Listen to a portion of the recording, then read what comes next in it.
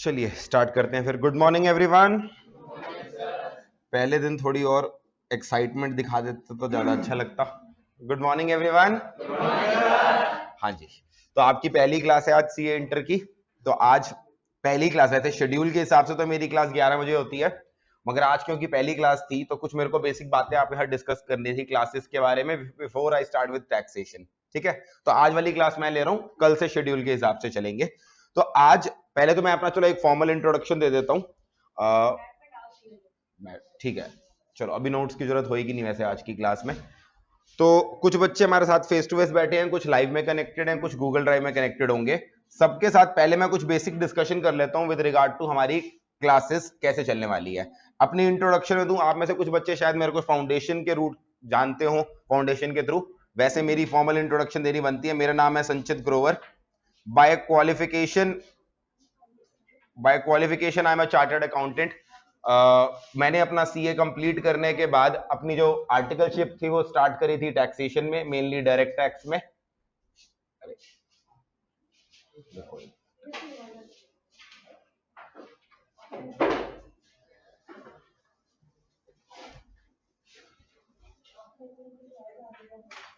हाँ जी, तो अपनी आर्टिकलशिप मैंने डायरेक्ट टैक्स में स्टार्ट करी थी और आफ्टर क्वालिफिकेशन मैंने ईवाई ज्वाइन करी थी, Ernst and young, which is one of the big force. वहां पर मेरा जो कोर फील्ड थी दैट वाज जीएसटी। तो डायरेक्ट टैक्स का एक्सपीरियंस मेरे को थ्रू आर्टिकलशिप है और जीएसटी का यानी इनडायरेक्ट टैक्स का एक्सपीरियंस पोस्ट वो है। अच्छा, जब मैं बाय चांस जब मैं उस समय ईवाई में था 2015 से लेकर 2019 तक, उसी समय इंडिया के अंदर एक सबसे बड़ा चेंज आया। आप सबको पता होगा, जितने भी पुराने टैक्सेस थे they have been replaced by a tax called GST. So I was fortunate enough to analyze the tax when it was coming. बहुत सारी कंपनीज के लिए इंप्लीमेंटेशन करी, बहुत सारी और कंट्रीज का जीएसटी पढ़ना पड़ा। तो उन दिनों जितना भी मैंने एक्सपीरियंस लिया, जितना भी वो सारा कुछ था, अपनी कहानियां थी जो उन दिनों की, वो सारी मैं कोशिश करूंगा अपने बैच के अंदर टू दी एक्सटेंट पॉसिबल, जितना टाइम परमिट करेगा आपके साथ शेयर करूंगा। Just to give you a perspective कि टैक्सेशन थ्योरी में कैसे चल रहा होता है और उसकी वजह से प्रैक्टिकल प्रॉब्लम्स क्या आ रही होती है। ठीक है जी, तो ये मेरा ब्रीफ इंट्रोडक्शन। अच्छा, आफ्टर माय ईवाई जब मैंने यहाँ पर कोचिंग फील्ड के अंदर आया, आज की डेट में मेरा कोर सब्जेक्ट्स हैं टैक्सेशन और फाउंडेशन के लेवल पे मेरा कोर सब्जेक्ट होता है इकोनॉमिक्स। अभी आपका जो करंट सिलेबस चल रहा है इंटर का, उसके अंदर सेकंड ग्रुप के अंदर भी एक सब्जेक्ट होता है इकोनॉमिक्स फॉर फाइनेंस, वो भी करंटली मैं ले रहा था। मगर आपको एक चीज पता होगी कि अभी जब आप इस समय बैठे हो, आईसीआई ने एक प्रपोज सिलेबस दे रखा है। आईसीआई का जो प्रपोज सिलेबस है उसके अंदर एक चीज मैं बता दूं, जो हमारा सब्जेक्ट है ये टैक्सेशन, 8 की जगह 6 सब्जेक्ट हो रहे हैं वैसे तो, टैक्सेशन सब्जेक्ट के ऊपर कोई भी इंपैक्ट नहीं आ रहा। तो अगर वो पुराना सिलेबस रहे या नया सिलेबस इंप्लीमेंट हो जाए, उससे टैक्सेशन सब्जेक्ट पे बिल्कुल भी असर पड़ने वाला नहीं है। पहले भी वो 100 मार्क्स का था, अभी भी क्या है वो 100 मार्क्स का ही रहेगा। चलिए, आज की क्लास में हम ब्रॉडली क्या करते हैं, सबसे पहले डिस्कस करेंगे हमारी क्लासेस वगैरह हम कैसे कंडक्ट कर रहे हैं। वो छोटे छोटे डाउट जो आपके दिमाग में होंगे विद रिगार्ड टू क्लासेस, खासकर लाइव वालों के दिमाग में ज्यादा होंगे, वो मैं डिस्कस कर लेता हूं। फिर हम बेसिक डिस्कशन करेंगे टैक्स के बारे में, क्योंकि टैक्स एक ऐसा सब्जेक्ट है जो पहली बार आपके लिए इंट्रोड्यूस हो रहा है। तो टैक्स की एक बेसिक इंट्रोडक्शन करेंगे। फिर उसके बाद हम शुरू करेंगे अपना मेन टॉपिक, जिसका नाम क्या है, जीएसटी। शिवानी, ये वाला फैन तेज कर देना, गर्मी लग रही है। ठीक है, सबसे पहली बात क्लासेस की अगर मैं बात करूं, आपका जो बैच है वो फेस टू फेस में भी कंडक्ट हो रहा है, आप सामने बैठे हैं, साथ साथ कुछ बच्चे लाइव ऐप पर भी देख रहे हैं, और अगर और कोई बच्चा हो वो जीडी में रिकॉर्डेड भी देख सकता है। तो ये तीनों ऑप्शन एक साथ साइमल्टेनियसली अवेलेबल होते हैं। तीनों के अंदर अगर मैं बात करूं, क्या हुआ, ठीक है बस, ठीक है ठीक है, तीनों के अंदर अगर मैं बात करूं, तीनों में डिफरेंस क्या क्या है। लाइव और फेस टू फेस में साइमल्टेनियसली क्लास चलेगी, उसी समय देखी जा सकती है। लाइव जो हमारी क्लासेस हैं वो एक ऐप पर चलती हैं, जिस ऐप पर इस समय सारे कनेक्टेड हैं। जो बच्चों के डाउट्स आ रहे हैं वो मुझे इस समय दिख पा रहे हैं, तो वहां पर आप मेरे से फेस टू फेस डाउट पूछोगे। लाइव वाले बच्चे मुझसे जो भी डाउट पूछेंगे वो किससे पूछेंगे, चैट के थ्रू पूछेंगे। गूगल ड्राइव के अंदर हमारा सीन क्या होता है, जो भी क्लास डेली हो रही है, जैसे आज वाली क्लास हुई है, शाम तक वो गूगल ड्राइव पर क्या कर दी जाएगी, अपडेट कर दी जाएगी। तो फर्क सिर्फ ये है कि क्लासेस उसके अंदर भी अपडेटेड होंगी। द ओनली डिफरेंस इज बच्चा साइमल्टेनियसली उसी समय नहीं देख पा रहा है, वो वाली क्लास अपने समय के हिसाब से, अपने शेड्यूल के हिसाब से देख सकता है। तीनों इसके अंदर अगर मैं बोलूं डाउट्स का, अगर आप फेस टू फेस क्लास के अंदर होंगे तो जो डाउट्स होगा वो आप साथ साथ ले सकते हो, टॉपिक के साथ साथ बीच में आप मुझे इंटरप्ट करके पूछ सकते हो अगर मैं टॉपिक समझा रहा हूं। सिमिलरली लाइव वाला बच्चा चैट के अंदर डाउट पूछेगा, लाइव वाली चैट में कंटिन्यूअसली पढ़ता रहता हूं, वो अलग बात है कि डाउट को देखकर मैं अपनी जगह पे स्टॉप करके डाउट का आंसर देता हूं। मतलब ऐसा नहीं है कि हर डाउट जो यहां पर आ रहा होगा इमीडिएटली अपने टॉपिक को रोक कर करूंगा, बट सारे डाउट एक साथ ले लूंगा। साथ साथ आपको मैं अपना व्हाट्सएप नंबर शेयर करूंगा। आपको आफ्टर क्लासेस कोई भी डाउट आता है रिवीजन करते समय, घर जाके रीड करते समय, तो आप व्हाट्सएप नंबर पे मैसेज कर सकते हैं और आपको उसका जवाब थ्रू वॉइस चैट दे दिया जाएगा। मैं सारे आंसर जो देता हूं वो वॉइस के थ्रू देता हूं, तो आपको व्हाट्सएप नंबर हर फैकल्टी का शेयर कर दिया जाएगा। थर्ड चीज, आपके बनाए जाएंगे कुछ व्हाट्सएप ग्रुप, कम्युनिटी बना देते हैं, हर अटेम्प्ट के लिए एक कम्युनिटी बना देते हैं, सारे बच्चे उसके अंदर एक साथ डाल देते हैं, फेस टू फेस वाले भी, लाइव वाले भी और जीडी वाले भी। अगर आपको अपने फेलो स्टूडेंट से कोई चीज पूछनी है, फॉर एग्जांपल किसी टीचर ने कुछ नोटिंग करवाई थी, आप उस समय नोटिंग नहीं कर पाए, बाद में आप किसी से मांगना चाहते हैं, तो एक दूसरे से छोटे मोटे डाउट, फॉर्म कब आएगा, फॉर्म कब निकलेगा, तुमने फॉर्म भर दिया, एक्स्ट्रा, वो सब आप क्या कर सकते हो, उसी ग्रुप के अंदर कर सकते हो। तो हमारे ये डाउट सपोर्ट की 3 चीजें होंगी, फेस टू फेस में सामने पूछ लोगे, लाइव के अंदर यहाँ पर व्हाट्सएप के अंदर डाउट्स पूछे जा सकते हैं और व्हाट्सएप ग्रुप भी बनाए जा सकते हैं। जीडी के वाले बच्चों के पास पहले वाला ऑप्शन नहीं होगा, मतलब उनसे लाइव डाउट नहीं पूछ पाएंगे, मगर व्हाट्सएप और व्हाट्सएप ग्रुप वाली फैसिलिटी जीडी वाले बच्चों के पास भी होगी। So on that context they will be at par. ठीक है जी। इसके बाद अगली चीज अगर मैं बताऊं आपको, अगली चीज हमारी डिस्कशन में आती है कि हमारा शेड्यूल कैसे रहेगा। हमारा जो शेड्यूल है, आपकी अभी हमने जो क्लासेस स्टार्ट करी हैं वो अर्ली बैच में ग्रुप 1 की क्लासेस स्टार्ट करी हैं। आप सबको पता होगा सीए के अंदर टोटल कितने सब्जेक्ट होते हैं, टोटल कितने होते हैं, 8 सब्जेक्ट। 8 सब्जेक्ट में पहले 4 किस में होते हैं, ग्रुप 1 में, और बाकी 4 किस में होते हैं, ग्रुप 2 में। ठीक है, तो अगर आईसीआई की रेगुलेशंस के हिसाब से आप चाहो तो दोनों ग्रुप के पेपर एक साथ दे सकते हो, और अगर आप चाहो तो एक एक ग्रुप करके भी दे सकते हो। ऑब्वियसली 2 ग्रुप देने के हमेशा क्या होते हैं, फायदे होते हैं, क्योंकि उसके अंदर आप अपना 6 मंथ्स का टाइम भी बचा सकते हो। और दूसरी चीज क्या होती है, पासिंग क्राइटेरिया के हिसाब से अगर आपके ग्रुप 1 में एक्स्ट्रा मार्क्स आ गए, एक्स्ट्रा मतलब 400 में से आपके 200 से 50% 200 बनता है, आपके 220 आ गए, 230 आ गए, तो वो जो 20-30 नंबर आपने एक्स्ट्रा ले लिए 50% से over and above, by chance अगर ग्रुप 2 के अंदर आपके 200 में से लेट से 190 आए, मिनिमम हर सब्जेक्ट में 40 तो अचीव कर लिए, मगर टोटल कितना बना, 190। अब अगर इंडिविजुअली दोनों ग्रुप दोगे तो ग्रुप 2 क्या माना जाएगा, फेल माना जाएगा। मगर अगर आप दोनों ग्रुप्स एक साथ दोगे तो इधर के जो एक्स्ट्रा मार्क्स है, मान लो 220 हैं और इधर के 10 मार्क्स शॉर्ट हैं, जब दोनों को क्लब कर दिया जाएगा, दोनों का टोटल कितना बन गया, 410। तो 800 में से, क्योंकि दोनों का एग्रीगेट 410 बन रहा है, दोनों ग्रुप को क्या माना जाएगा, पास माना जाएगा। इसे हम बोलते हैं benefit of set of. Set of का बेनिफिट का मतलब हुआ एक ग्रुप की अच्छी परफॉर्मेंस दूसरे ग्रुप की थोड़ी नॉट सो गुड परफॉर्मेंस को क्या कर देती है, आपस में सेट ऑफ कर देती है, कॉम्पनसेट कर देती है। मगर हमेशा प्रिपरेशन के लिए हम क्या सजेस्ट करते हैं, you should start with group number 1। इसका कारण क्या है, कारण नंबर 1 है, ग्रुप नंबर 2 के जो कुछ पेपर हैं वो टू सम एक्सटेंट किससे लिंक्ड होते हैं, ग्रुप 1 से। जैसे आप ग्रुप 2 में एडवांस्ड अकाउंट्स पढ़ोगे, अभी करंट एग्जिस्टिंग स्कीम की बात कर रहा हूं, जो नई स्कीम है उसमें चेंजेस आए हैं, उसकी बात अभी बाद में करेंगे। जो ग्रुप 2 में एडवांस्ड अकाउंटेंसी है, नाम से पता लग रहा है, क्या वो थोड़ी बहुत अकाउंटेंसी से लिंक्ड होगी या नहीं होगी, यस। सिमिलरली ग्रुप 2 में आपका एक पेपर आएगा, कौन सा, ऑडिट का। ऑडिट की थोड़ी बहुत लिंकिंग किससे होती है, ग्रुप 1 के लॉ वाले पेपर से होती है।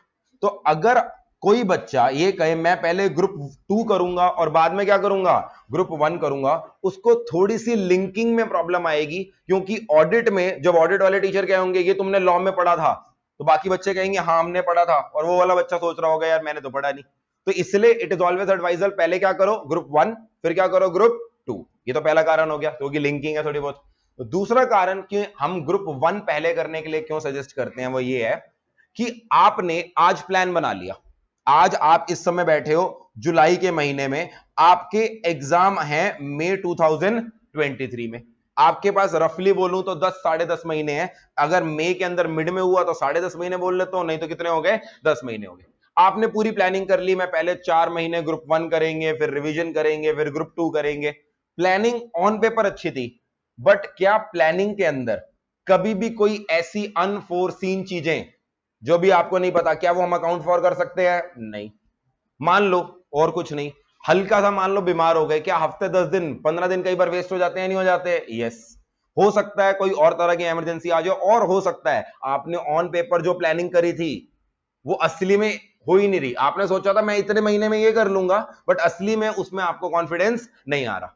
अब अगर आपने ग्रुप 1 प्लस ग्रुप 2 दोनों ग्रुप सोचे थे, मगर अब आपको लग रहा है यार दोनों ग्रुप नहीं दे पाऊंगा, तो क्या आपको ये इंफॉर्मेशन आईसीआई को कि आप एक ग्रुप में अपेयर होने वाले हो या दोनों ग्रुप को, क्या वो रजिस्ट्रेशन के समय देनी पड़ती है या एग्जाम फॉर्म भरने के समय देनी पड़ती है?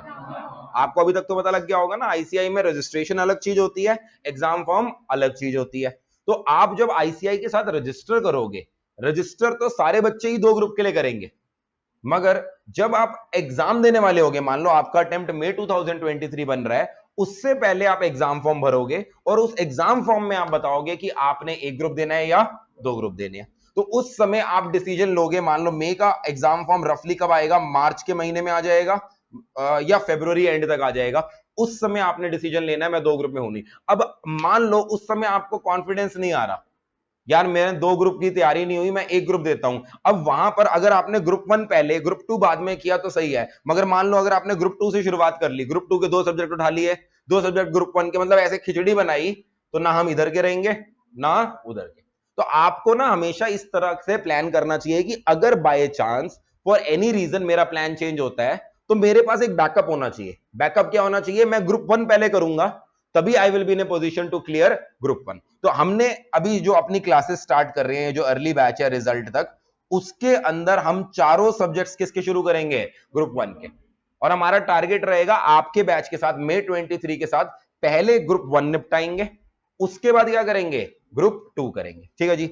ग्रुप 1 के अंदर आपके चारों सब्जेक्ट साइमल्टेनियसली चलेंगे, बट ऑब्वियसली एक ही दिन के अंदर नहीं चलेंगे। ऐसा नहीं हो सकता सुबह से लेकर शाम तक आप 4 सब्जेक्ट करो। सीधी सी बात है, मेरी अगर स्टार्टिंग से आपने अभी मुझे फाउंडेशन वगैरह में सुना हो, मैं एक सिंपल सा सिस्टम बोलता हूं, कोई भी फैकल्टी आपको इंजेक्शन लगाकर चीजें याद नहीं करा सकता। आपको अपने लिए सेल्फ स्टडी का टाइम रखना ही पड़ेगा। फाउंडेशन में भी ये बोलता था, इंटर में भी बोल रहा हूं, फाइनल में भी यही बोलूंगा। तो अगर आपने अपना ऐसा ऑन पेपर शेड्यूल बना लिया कि सवेरे 6 साढ़े 6 बजे आप घर से निकले और शाम को जाकर आप 7:30 8 बजे घर पहुंच रहे हो, पूरा दिन बैक टू बैक क्लासेस ले रहे हो, आपको लग रहा है आप मेहनत कर रहे हो, आपको लग रहा है आपकी पढ़ाई बहुत अच्छी चल रही है, बट क्या बताओ इस शेड्यूल के अंदर आपको 1 मिनट का भी टाइम मिल रहा है किताब खुद खोलने का? Answer is no. तो आपका शेड्यूल ऐसा होना चाहिए जहां पर और कुछ नहीं, दिन में 2 घंटे आपको मिल जाए खुद पढ़ने के लिए। अगर टीचर ने कोई होमवर्क दिया है तो एटलीस्ट 2 घंटे उस होमवर्क को देखने लायक हो। तो हमारे दिन में यहां पर एक दिन में मैक्सिमम कितने सब्जेक्ट चलेंगे? 3 सब्जेक्ट। उससे ज्यादा मुझे लगता है किसी के अंदर हिम्मत नहीं होती अटेंड करने की, तो 4 सब्जेक्ट तो डेफिनेटली नहीं चलेंगे, जिसके अंदर पहला स्लॉट होगा आपका 8 से 11 वाला, अगला स्लॉट होगा 11:15 से लेकर आपका 2:15 का, और आखिरी आपका 2:30 या 2:45 से शुरू होगा। अगर 2:30 होगा तो 4 बजे तक, 2:45 होगा तो 4:15 तक। आखिरी वाला स्लॉट हमने अब देखो इसके अंदर कैसे हमने इस समय मैनेज किया है। आपका जो ग्रुप 1 में 4 सब्जेक्ट्स हैं, अच्छा नाम पता है ग्रुप 1 के चारों सब्जेक्ट्स के? पेपर नंबर 1 कौन सा है ग्रुप 1 के अंदर? अकाउंटेंसी। पेपर नंबर 2 कौन सा है? लॉ हमारा हो गया। पेपर नंबर 3 हमारा कौन सा है? Cost accountancy. और पेपर नंबर 4 कौन सा है? Taxation. Out of these 4 papers जो सिलेबस में सबसे ज्यादा बड़ा है, जिसका सिलेबस बाकी किसी भी सब्जेक्ट से 1.5 गुना है, दैट इज टैक्सेशन। टैक्सेशन का सिलेबस आप देखोगे, बुक्स जब आप देखोगे, it is approximately 1 point if not 1.5 उससे ज्यादा ही होगा ऑफ एनी अदर सब्जेक्ट। तो आपकी डेली क्लास जो आपकी 11:15 से लेकर 2:15 की होगी, वो मेरे साथ होगी कौन सी? टैक्सेशन। पहले हम जीएसटी करेंगे, उसके बाद हम क्या करेंगे? Income tax. टैक्सेशन सब्जेक्ट हमारा 100 मार्क्स का है, 40 मार्क्स का क्या है? जीएसटी, 60 मार्क्स का क्या है? Income tax. तो मेरा टैक्सेशन पहले मैं आपको जीएसटी कराऊंगा इस टारगेट के साथ कि जब तक आपका रिजल्ट आए हम अपना जीएसटी वाला पोर्शन कवर अप कर ले, अप्रोक्सीमेटली 40% हमारा पोर्शन कवर हो जाएगा, और रिजल्ट के बाद हम क्या स्टार्ट करेंगे, इनकम टैक्स। अगर कोई बच्चा अर्ली बैच में ज्वाइन नहीं कर रहा, वो रिजल्ट के बाद ज्वाइन कर रहा है, तो वो हमेशा सीधा सीधा हमें कब से ज्वाइन करेगा, इनकम टैक्स से। ऐसा नहीं है कि रिजल्ट के बाद जो आपको पढ़ाया वही फिर से रिपीट होना शुरू हो जाएगा, आपका टाइम वेस्ट होगा नहीं तो आपका जीएसटी रिजल्ट तक कंप्लीट कराने के बाद कुछ बच्चे रिजल्ट के बाद ऑब्वियसली स्टार्ट करेंगे, तो वो हमें इनकम टैक्स से ज्वाइन करेंगे। उनका और आपका इनकम टैक्स साइमल्टेनियसली खत्म होगा, मगर उनका जीएसटी रह गया होगा। जब आपका इनकम टैक्स खत्म होगा, आपने जीएसटी क्या कर लिया पहले, तो ऑब्वियस सी बात है आपका सिलेबस उनके कंपैरेटिवली 1 या 1.5 महीने पहले खत्म होगा, और वो जो एक्स्ट्रा समय है आप वो किसके लिए यूज कर पाएंगे, रिवीजन के लिए शुरू कर पाएंगे, या फिर ग्रुप 2 स्टार्ट करने के लिए कर पाएंगे। ठीक है, अच्छा 8 से 11 वाले स्लॉट के अंदर आपके एमडब्ल्यूएफ अलग लगेगा, टीटीएस क्या होगा अलग। 3 दिन आपका अकाउंट्स लगेगा, 3 दिन आपका कॉस्ट अकाउंटिंग लगेगा। अभी क्योंकि हम रिजल्ट से पहले कर रहे हैं तो यहां पर भी वही होगा, कुछ चैप्टर दोनों अकाउंट्स और कॉस्ट अकाउंट्स वाले सर आपको कराएंगे। जब कल को रिजल्ट के बाद रेगुलर बैच आएगा तो वही सेम चैप्टर फिर से स्टार्ट नहीं होंगे, उनसे आगे क्या होंगे, डिफरेंट चैप्टर। तो अकाउंट्स और कॉस्ट अकाउंट्स में भी आपका सिलेबस जो रिजल्ट के बाद आएंगे उनसे कंपैरेटिवली क्या हो जाएगा, पहले खत्म हो जाएगा। और 245 टू 450 1.5 घंटे का या 1.25 घंटे का स्लॉट, मतलब इफेक्टिवली 1.25 घंटा आ पाता है, 1.5 घंटे का स्लॉट हमने डेली किसका रखा है, लॉ का। लॉ आपको पता होगा, अकाउंट्स, कॉस्ट अकाउंट्स, टैक्स और लॉ सबसे जो एक तरह से डिस्क्रिप्टिव पेपर है या जो थ्योरेटिकल पेपर है वो कौन सा हमारा बनेगा, लॉ। और लॉ ऑब्वियसली बात है आप 3 घंटे के स्लॉट में थोड़ा मुश्किल से कर पाओगे, तो इसीलिए हमने रोज डेली कितना डाल दिया है, लॉ का स्लॉट। तो ये शेड्यूल हमारा चलेगा आपका सुबह 8 बजे से लेकर अप्रोक्सीमेटली 4 बजे तक का शेड्यूल चलेगा till your result. After result थोड़ा बहुत ऊपर नीचे हो सकता है, वो आपको बता दिया जाएगा, but this is the schedule till your result. जो फेस टू फेस में शेड्यूल है एग्जैक्टली सेम शेड्यूल किसमें चल रहा होगा, लाइव में भी। तो लाइव वाले बच्चों को भी जब क्लास शुरू होगी उससे 5 मिनट पहले क्या कर दिया जाएगा, लाइव क्लास स्टार्ट कर दी जाएगी। क्लियर है, ये वाली शेड्यूल की डिस्कशन कर ली। अब मैंने डाउट्स के बारे में डिस्कस कर लिया, शेड्यूल के बारे में डिस्कस कर लिया, और कौन सी डिस्कशन रह गई हमारी, हाँ एक आखिरी चीज हमारी कि हमारा अगर कोई क्लास रह जाती है हमारी, बाय चांस हम अटेंड नहीं कर पाते, तो अलग अलग मीडियम में हमें बैकअप कैसे मिलेगा, ये एक कॉमन डाउट बच्चों का होता है। सबसे पहले बात कर लेता हूं लाइव स्ट्रीमिंग वाले बच्चों की। जो भी क्लास इस समय मेरी लाइव स्ट्रीम हो रही है वो ऑटोमेटिकली शाम तक प्रोसेस होकर उसी लाइव स्ट्रीम के ग्रुप के ऊपर आ जाती है।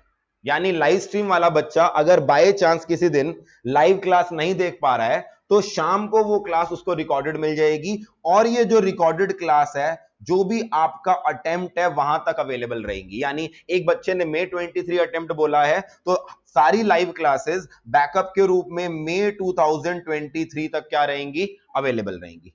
बात करूं फेस टू फेस स्टूडेंट्स की, अगर आपकी कोई क्लास मिस होती है, आपको हमने इस बार फॉर डिसिप्लिन पर्पस कोशिश करी है कि सारी क्लासेस का बैकअप नहीं देंगे। मैं इसलिए डिसिप्लिन बोल रहा हूं क्योंकि अगर बच्चों को सारी क्लासेस का बैकअप देते हैं हम टिपिकली, तो हमने देखा है किसी दिन वो फेस टू फेस में आ रहे होते हैं, फिर किसी दिन से नींद नहीं खुली तो उन्होंने कहा आज घर से बैठ के देखेंगे, तो वो डिसिप्लिन खत्म हो जाता है, और फिर मेरे जैसे को जलन भी होती है। आपके पास तो ये ऑप्शन है, बारिश हो रही है आप घर बैठ के देख सकते हो, मेरे पास तो ऑप्शन नहीं है ना, मेरे को तो आना पड़ेगा। तो अगर मैं आ रहा हूं तो तुम भी आओगे, सीधी सी बात है। और जिस दिन मैं नहीं आ रहा उस दिन तुम्हें छूट दे दूंगा कि घर से देख लो।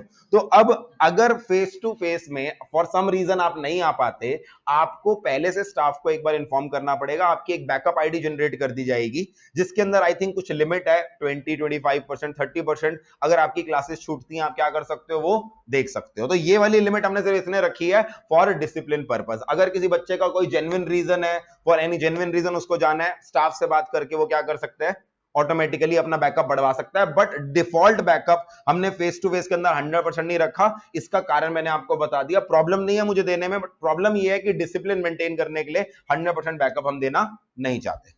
लास्ट चीज आई गूगल ड्राइव की। अगर कोई बच्चा गूगल ड्राइव वाला ले रहा है क्लासेस, तो ऑब्वियसली उसको तो रिकॉर्डेड क्लासेस दी जा रही हैं, तो जितने व्यूइंग आवर्स होते हैं, मान लो मेरी टैक्स की टोटल क्लास 200 आवर्स की है लेट्स से, तो उस व्यूइंग आवर्स का 3 गुना देखने की परमिशन होती है। 200 आवर्स अगर हैं तो 200 का 3 गुना कितना हो गया, 600 आवर्स। आप एक क्लास को शायद 10 बार क्लिक करके ओपन कर सकते हैं और 3 टाइम्स व्यूइंग होती है, तो दैट इज सफिशिएंट इनफ। अगर किसी बच्चे को एक बार क्लास देखने के बाद एग्जाम से पहले फिर से वो क्लास देखनी है डाउट क्लैरिफाई करने के लिए, तो वो फैसिलिटी अवेलेबल है। तो ये बैकअप वाले ऑप्शन है तीनों अलग अलग ऑप्शंस के अंदर। जो बेसिक इंफॉर्मेशन क्लासेस के बारे में देनी थी मैंने दे दी। कोई डाउट किसी प्रकार का हो तो बताओ। सब्जेक्ट से रिलेटेड नहीं, सब्जेक्ट तो भी स्टार्ट करूंगा, क्लासेस से रिलेटेड कोई डाउट है किसी को? नहीं है, लाइव में भी एक बार बता दो। अरे यार और कोई यहाँ पर डाउट नहीं है, यहाँ हाई हेलो ही चल रही है, ठीक है। अच्छा एक चीज और, लाइव वाले बच्चे जो चैट करेंगे ना, आप मेरे आने से पहले हाय हेलो नमस्ते एक दूसरे को हालचाल जो भी बांटना है वो बांट लेना, मगर एक बार मेरी क्लास शुरू हो जाएगी उसके बाद सिर्फ डिस्कशन वही होगी जो डाउट से रिलेटेड है या जो चीज मैंने पूछी है। एक बार क्लास शुरू होने के बाद आपस में एक दूसरे से बात मत करना, ठीक है।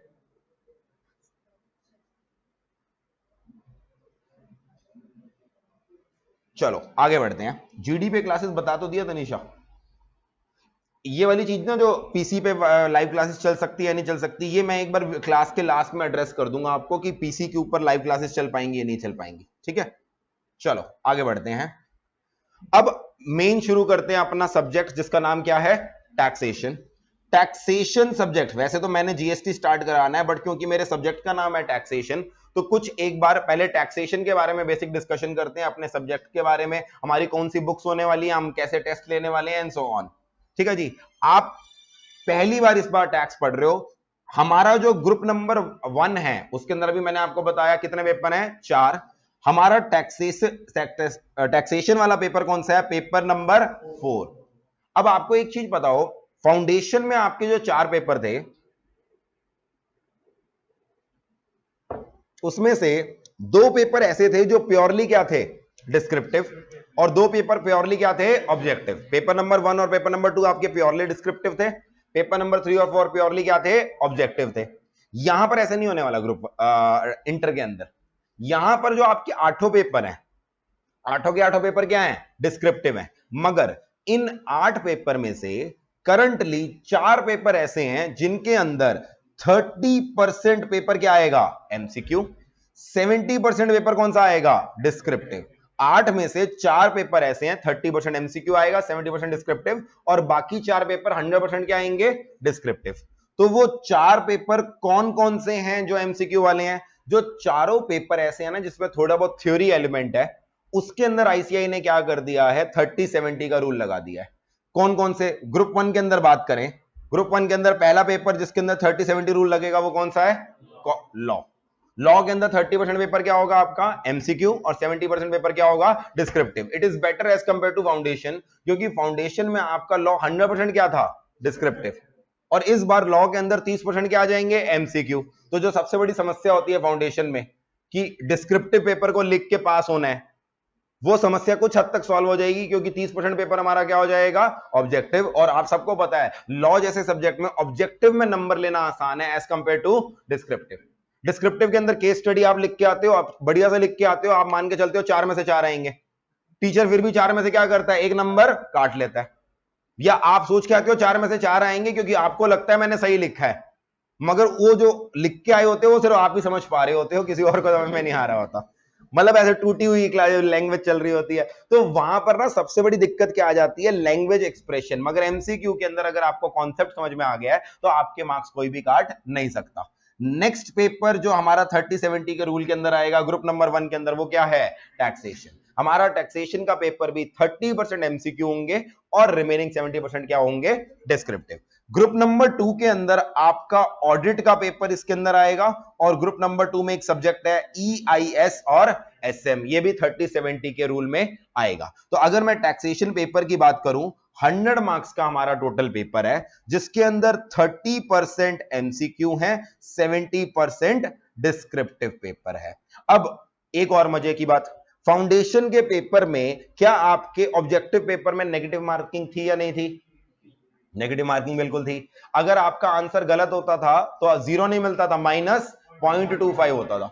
-0.25 के चक्कर में हम कई बार किसी क्वेश्चन में श्योर नहीं होते थे तो क्या करते थे, आप उसे अटेम्प्ट ही नहीं करते थे, मगर इंटर के अंदर आपकी कोई भी नेगेटिव मार्किंग नहीं है, there is absolutely no negative marking. तो एक चीज तो पक्का पक्का है, हमें 30 मार्क्स के एमसीक्यू अटेम्प्ट तो पक्का करने हैं, अगर गलत भी होगा तो उससे कोई भी नेगेटिव मार्किंग नहीं होगी, ठीक है जी। हाँ, जो प्रपोज्ड स्कीम है जो कब आएगी हमें अभी तक नहीं पता, उसके अंदर क्या है, ऐसा कहा जा रहा है कि इंटर में भी क्या आ जाएगी, नेगेटिव मार्किंग, बट फिलहाल के लिए जो हमारी एग्जिस्टिंग स्कीम है जिसमें हम पेपर देंगे उसके अंदर कोई भी नेगेटिव मार्किंग नहीं है किसी प्रकार की। अच्छा, एक और मजे की बात, आपके फाउंडेशन के ऊपर, फाउंडेशन के अंदर क्या एमसीक्यू हमेशा 1 मार्क के ही होते थे या 1 से ज्यादा के भी होते थे? मैथ्स के अंदर भी 100 मार्क्स का पेपर है तो 100 एमसीक्यू, इको बीसी के अंदर के भी 100 मार्क्स का पेपर तो 100 एमसीक्यू, मगर यहां पर हमारे 2 मार्क्स वाले एमसीक्यू भी आएंगे। और मेजॉरिटी जो एमसीक्यू आते हैं, खासकर टैक्सेशन की बात करूं, बाकी सब्जेक्ट्स के बारे में आपको रिस्पेक्टिव टीचर बताएंगे, मेरे सब्जेक्ट में मेजॉरिटी एमसीक्यू पता है किसके आते हैं, 2 मार्क्स के। पता है क्यों? क्योंकि अगर आपको लगता है कि आपके बिल्कुल वैसे एमसीक्यू आएंगे जैसे बिजनेस इकोनॉमिक्स में आते थे, कि भाई बिल्कुल सिंपल स्ट्रेट फॉरवर्ड कॉन्सेप्ट पूछ लिया जाएगा, और आप खुद सोच के बताओ, बिजनेस इकोनॉमिक्स बीसी के का अभी लास्ट पेपर दे के आए हो, 2 घंटे का पेपर था, कितनी देर में हो गया था? आधा घंटा, पौना घंटा, 1 घंटे में हो गया होगा। 1 घंटा वेले बैठे थे कि पेपर खत्म हो गया, बाहर जाने दो यार, मौज मारने दो हमें।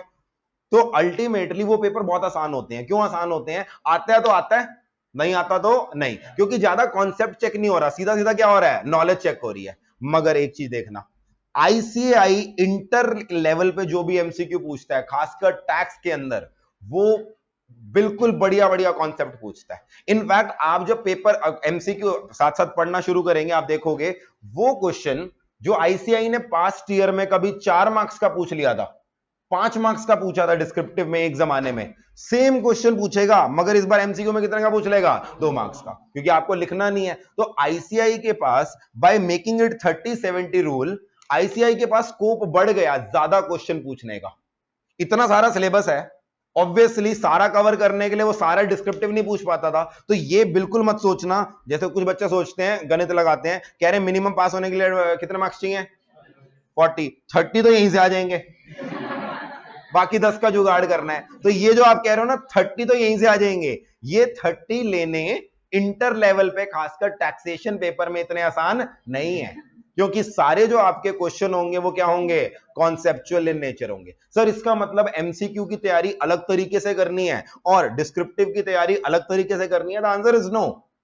दोनों की तैयारी करने का तरीका क्या होगा, एब्सोल्युटली सेम। अगर हमें कॉन्सेप्ट आता है, हमसे डिस्क्रिप्टिव क्वेश्चन पूछोगे तो हम डिस्क्रिप्टिव में आंसर दे देंगे, हमसे एमसीक्यू में पूछोगे तो अच्छी बात है, लिखना नहीं पड़ेगा हम एमसीक्यू में। वैसे मैंने देखा है जितनी भी आईसीआई को ऊट पटांग चीजें पूछनी होती हैं, छोटे छोटे पॉइंट्स पूछने होते हैं, अभी हम पढ़ेंगे लॉ मेकर्स ने कई जगह पे ना लॉ गलती से गलत लिख देते हैं, मतलब एक प्रोविजन ऐसे लिख देते हैं, एक जगह दूसरी जगह पे लैंग्वेज डिफरेंट लिख देते हैं, इंटरप्रिटेशन डिफरेंट आ जाती है। अब उनसे गलती हुई या जो भी हुई, हमारे लिए वो इंपॉर्टेंट बन जाता है कि इस सेक्शन में ऐसा है, इस सेक्शन में ऐसा है। अब आईसीएआई जो ऐसे छोटे छोटे पॉइंट्स होता है वो जानबूझ के कहां पे पूछता है, एमसीक्यू में। और अगली बात, पिछले 5-6 अटेम्प्ट से सीए इंटर और सीए फाइनल में आईसीआई ने एक नया कॉन्सेप्ट शुरू किया है, case scenario based question, case scenario based MCQs. अब ये क्या होते हैं? एक तरीका है 30 मार्क्स के अगर एमसीक्यू हैं तो आपसे 2-2 मार्क्स के, 1-1 मार्क्स के अनरिलेटेड क्वेश्चन पूछे जाए।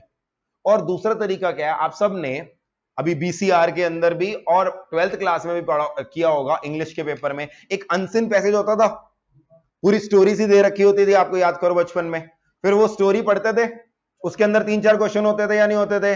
अब वो स्टोरी की जगह क्या आ जाएगी, case study.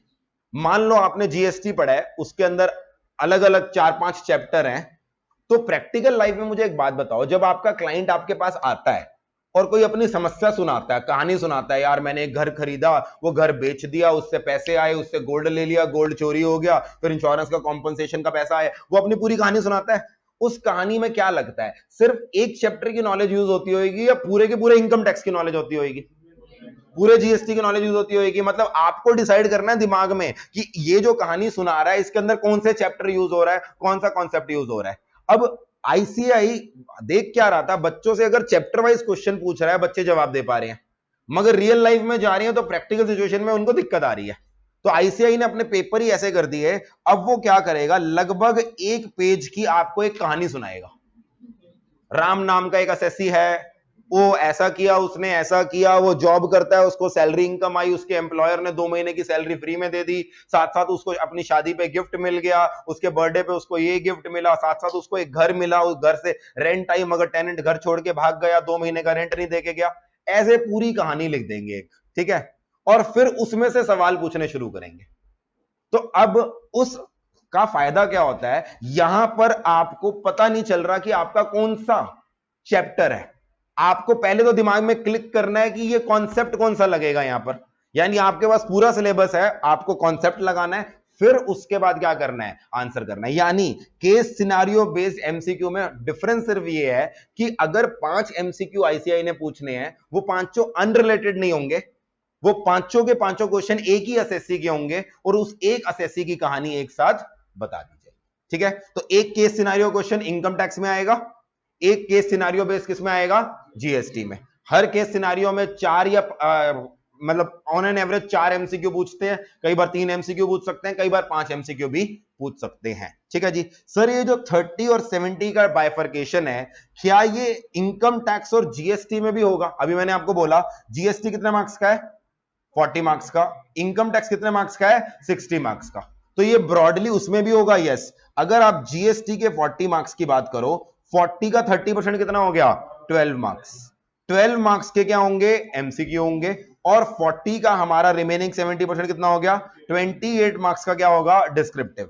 Similarly income tax के अंदर 18 मार्क्स का एमसीक्यू होगा और 42 मार्क्स का क्या होगा, डिस्क्रिप्टिव। अच्छा, डिस्क्रिप्टिव जो आपके पेपर होते हैं, फाउंडेशन आप दे आओ, क्या ओवरऑल चॉइस होती है, नहीं होती? चॉइस थी अकाउंट्स के पेपर में और लॉ के पेपर में। आपको याद होगा अकाउंट्स और लॉ के पेपर में क्वेश्चन नंबर 1 क्या होता है, हमेशा मैंडेटरी होता है। तो यहां पर भी क्या होगा, क्वेश्चन नंबर 1 इनकम टैक्स में भी और जीएसटी में, दोनों में क्या होगा, मैंडेटरी। उसके बाद जो रिमेनिंग क्वेश्चंस हैं वो आपको क्या दे दी जाएगी, ओवरऑल चॉइस दे दी जाएगी। मान लो 42 मार्क्स का है, पहला क्वेश्चन 14 मार्क्स का है, वो मैंडेटरी। फिर आपके क्वेश्चन 2, क्वेश्चन 3, क्वेश्चन 4, 3 क्वेश्चन दे रखे होंगे, आपको 3 में से क्या करने पड़ेंगे, कोई भी 2 करने पड़ेंगे। सिमिलरली यहां पर 28 मार्क्स का पेपर है, तो मान लो पहला क्वेश्चन यहां पर उन्होंने पूछ लिया, उसके मतलब यहां पर आई थिंक अगेन 4 क्वेश्चन होते हैं, उसके अंदर एक मैंडेटरी होती है, बाकी 3 में से क्या करना पड़ता है, ओवरऑल कोई भी 2 करने होते हैं। मगर एमसीक्यू क्वेश्चन में याद रखना, एमसीक्यू के अंदर कोई भी ओवरऑल चॉइस नहीं होगी। एमसीक्यू क्वेश्चन हमेशा क्या होंगे, मैंडेटरी ही होंगे। सर क्या ये जीएसटी और इनकम टैक्स जो होगा ये हमारा मिक्स होके आएगा, यानी एक क्वेश्चन इनकम टैक्स, उसका अगला पार्ट जीएसटी, या इनकम टैक्स टोटली अलग आएगा, जीएसटी टोटली अलग आएगा? आंसर इज टोटली अलग। एमसी आपका पार्ट 1 इनकम टैक्स का होगा, पार्ट भी क्या होगा, जीएसटी का। एक चीज पहले दिन से याद रखना, आपको जो डिस्क्रिप्टिव पेपर करना है वो इनकम टैक्स का अलग बुकलेट पे करना है और जीएसटी का टोटली अलग बुकलेट पे करना है। बहुत बच्चे ये गलती करते हैं, इनकम टैक्स और जीएसटी का पेपर एक ही बुकलेट पे करके आ जाते हैं, दोनों की बुकलेट आपको क्या मिलेगी, अलग अलग मिलेगी। मगर ये जो एमसीक्यू है ना, ये आपको क्या मिलेंगे, ओएमआर शीट मिलती है। ये किसमें करने पड़ेंगे, ओएमआर शीट में। मैंने अभी पीछे लास्ट टाइम सुना, कोई एक बच्चा कह रहा था, मैंने कंफर्म नहीं किया कि सर अब ओएमआर शीट नहीं मिलती, अब इसमें लिखना होता है। वो मैं एक बार कंफर्म कर लूंगा, मगर लास्ट टाइम किसी ने बोला। तो ये वाले एमसीक्यू वाले क्वेश्चन की पहले ओएमआर शीट मिलती थी, अब एक आधी बार से मैं कंफर्म करके बता दूंगा ओएमआर शीट मिल रही है नहीं। डिस्क्रिप्टिव पेपर दोनों का क्या करना पड़ेगा, अलग अलग। अच्छा मुझे ये बताओ, एमसीक्यू क्वेश्चन का क्या कोई रीजनिंग लिखनी है मैं या नहीं लिखनी? क्या एमसीक्यू क्वेश्चन की रीजनिंग लिखनी है? The answer is no. Reasoning सब दिमाग में रहेगी, कैलकुलेशन सब कैलकुलेटर या रफ पेज पे रहेगी, आपको वहां पर कोई रीजनिंग लिखने की जरूरत नहीं है। वो अलग बात है कि क्लास में जब हम एमसीक्यू प्रैक्टिस करेंगे, टेस्ट में जब मैं आपको एमसीक्यू दूंगा, और मैं जो आपको एमसीक्यू के एक बुकलेट दूंगा इनकम टैक्स की, उसके अंदर हर एमसीक्यू के अंदर रीजनिंग दे रखी होगी। क्यों? वो अभी हम पढ़ रहे हैं, मगर एग्जाम में हमें एमसीक्यू की रीजनिंग देने की जरूरत नहीं है, ठीक है जी। अच्छा, आईसीएआई क्या आपको फाउंडेशन लेवल पे पेपर नंबर 3 और पेपर नंबर 4 का क्वेश्चन पेपर घर लाने देता है? आपसे मैथ्स और बिजनेस लॉ और बिजनेस इकोनॉमिक्स का पेपर ले लिया गया होगा, एमसीक्यू बुकलेट। सिमिलर वे में यहां पर भी आपसे जो एमसीक्यू बुकलेट है जीएसटी और इनकम टैक्स की वो क्या ले ली जाएगी, वापस ले ली जाएगी। आपको बाहर जो पेपर निकाला जाता है आईसीआई की तरफ से, वो सिर्फ कौन सा निकाला जाता है, 70 मार्क्स का पेपर निकाला जाता है। वो अलग बात है। आईसीआई यहां पर क्या करता है, हर अटेम्प्ट, एक दो अटेम्प्ट बाद अपनी एक एमसीक्यू बुकलेट निकालता है, जिसके अंदर सारे एमसीक्यू उसका कंपाइलेशन दे देता है, ठीक है। और आमतौर पे ये एमसीक्यू वही होते हैं जो उसने पास्ट ईयर में पूछे हैं। तो पास्ट ईयर क्वेश्चन यहां पर इनडायरेक्टली आईसीआई बता देता है, कैसे, एक दो अटेम्प्ट बाद खुद ही एमसीक्यू बुकलेट निकाल देता है कंपाइलेशन, जिसके अंदर पास्ट ईयर क्वेश्चन होते हैं, मगर उस अटेम्प्ट का क्वेश्चन पेपर एमसीक्यू का आपको बाहर ले जाने की परमिशन नहीं है। क्लियर है यहां पर? चलिए, ये मैंने कुछ बेसिक आपको बता दिया टैक्स के बारे में। नेक्स्ट चीज है हमारा जो डाउट आता है, सर जो टैक्स है वो किस तरह का सब्जेक्ट है, which type of subject. Which type of subject का मतलब, आज तक आपने जितने भी सब्जेक्ट पढ़े हैं कॉमर्स में, वो या तो थ्योरेटिकल होते हैं या फिर कौन से पेपर होते हैं, प्रैक्टिकल होते हैं। एक एक करके एग्जांपल लेते हैं।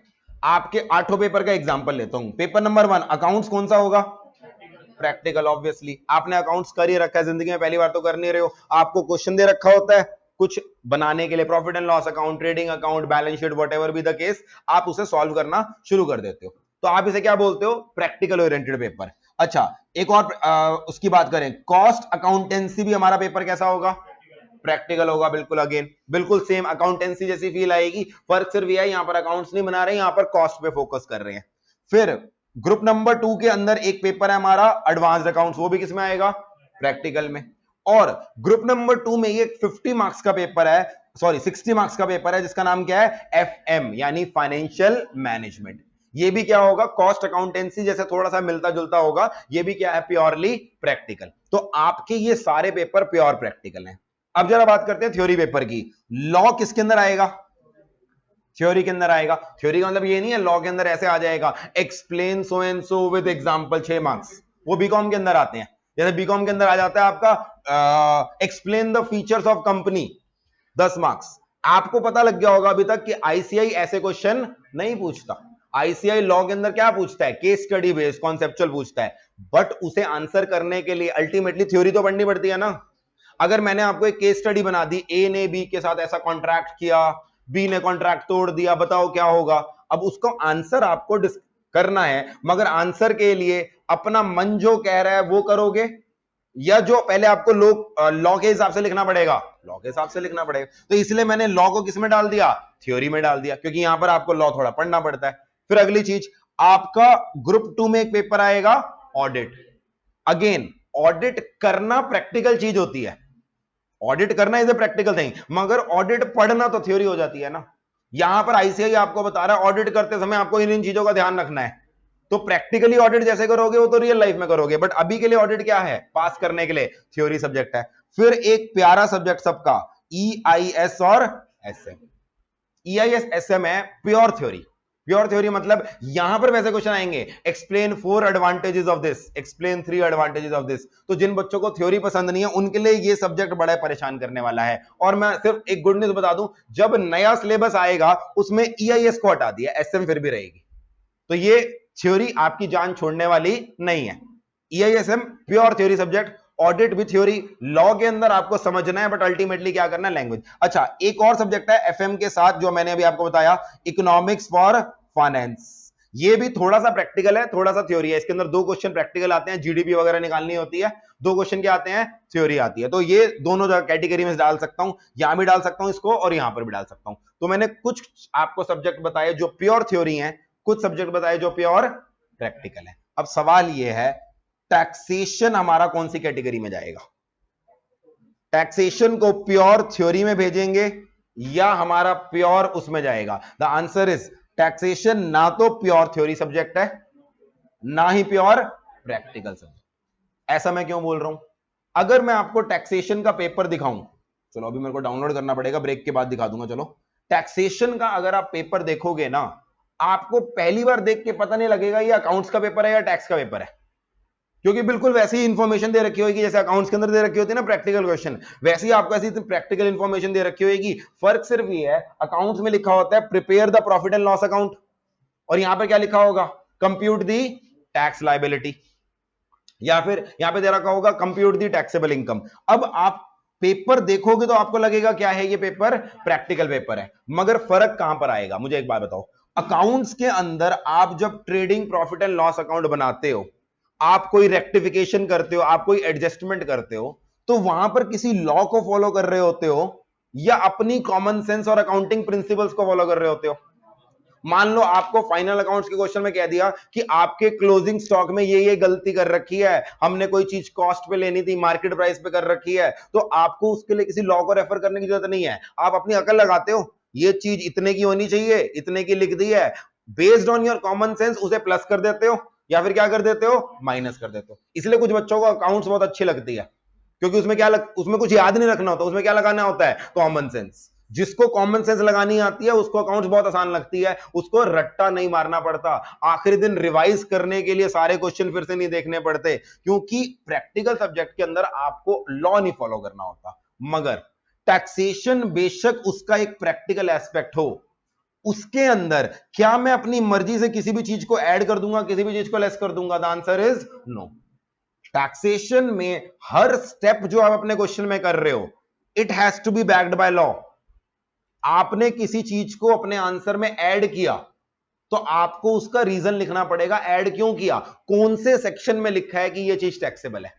अगर किसी चीज को आपने माइनस कर दिया, आपने कहा ये चीज टैक्सेबल नहीं है, इसको मैं इनकम टैक्स से हटा, अपनी टैक्सेबल इनकम से हटा रहा हूं, तो आपको उसके कॉरेस्पॉन्डिंगली क्या पता होना चाहिए कि कौन से सेक्शन में लिखा है कि ये इनकम पे टैक्स नहीं लगेगा। तो यहां पर मजे की बात क्या है, just like corporate law, contract act, companies act, हर चीज, यहां पर भी हमें लॉ पढ़ना है। Income tax act, GST act, जैसे वो एक्ट है पार्लियामेंट ने पास किया है, क्या इनकम टैक्स एक्ट भी बिल्कुल एक्ट के वे में लिखा होगा? यस।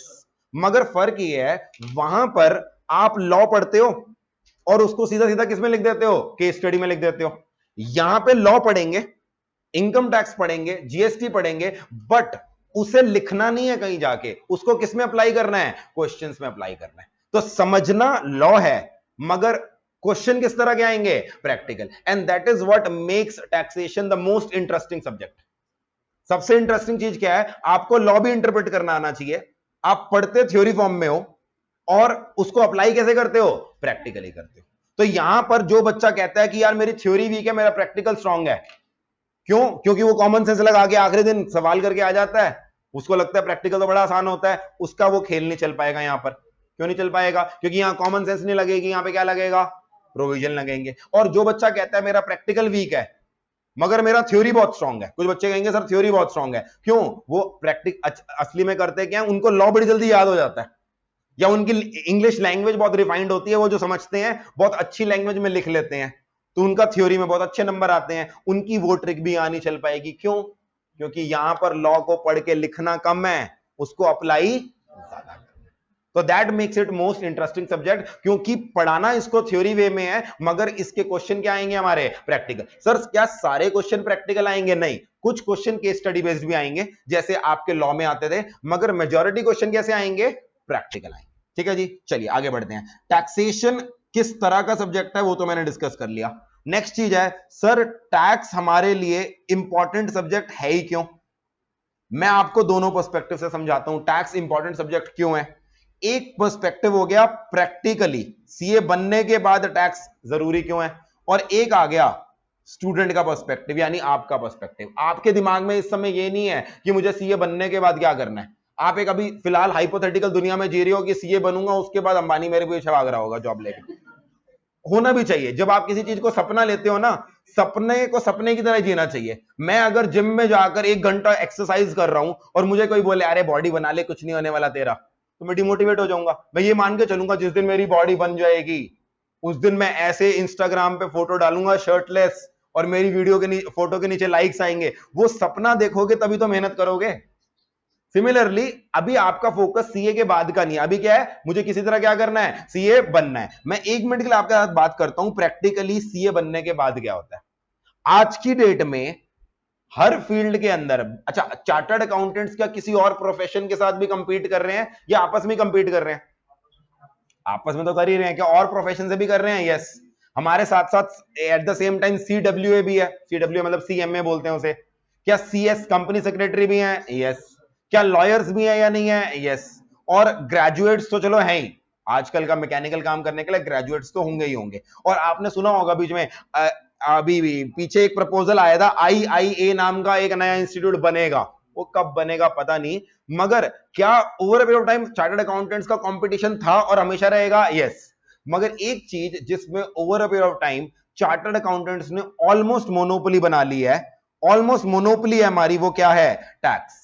आज की डेट में अगर कोई पर्सन टैक्स में अपनी रिटर्न भरवाना चाहता है, टैक्स की कोई एडवाइजरी देना चाहता है, ऐसा नहीं है कि टैक्स सिर्फ सीए के सिलेबस में पढ़ाया जाता है, टैक्स आपके बीकॉम के सिलेबस में भी है, टैक्स एलएलबी के अंदर भी है। वैसे मैं आपको बताना भूल गया, apart from being a chartered accountant I am also a lawyer but not a practising lawyer, इसलिए मैं बोलता नहीं हूं।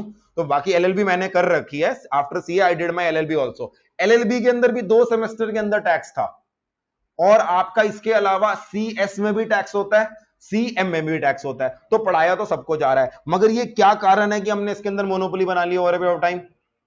क्योंकि हम लोगों ने ना सिर्फ इसकी कंप्लायंस बल्कि इसकी एडवाइजरी वगैरह हर चीज पे कब्जा बना लिया है। आज की डेट में मार्केट में जितने लोगों को टैक्स की एडवाइजरी चाहिए, टैक्स में अपने डिपार्टमेंट के सामने अपने आप को रिप्रेजेंट करवाना है, अपने केस लड़ने हैं, उसमें 90% काम किसके पास है?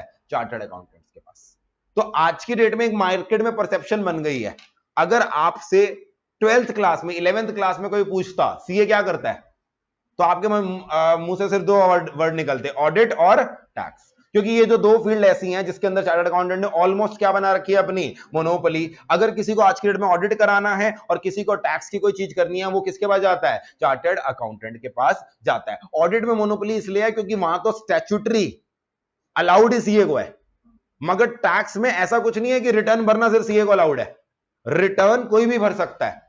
मगर फिर भी लोग सीए के पास आते हैं क्योंकि यहां पर हमने अपनी नॉलेज की वजह से मोनोपोली बनाई है, कोई स्टैट्यूटरी बैकिंग की वजह से मोनोपोली नहीं बनाई। अब इसका ड्रॉबैक क्या होता है?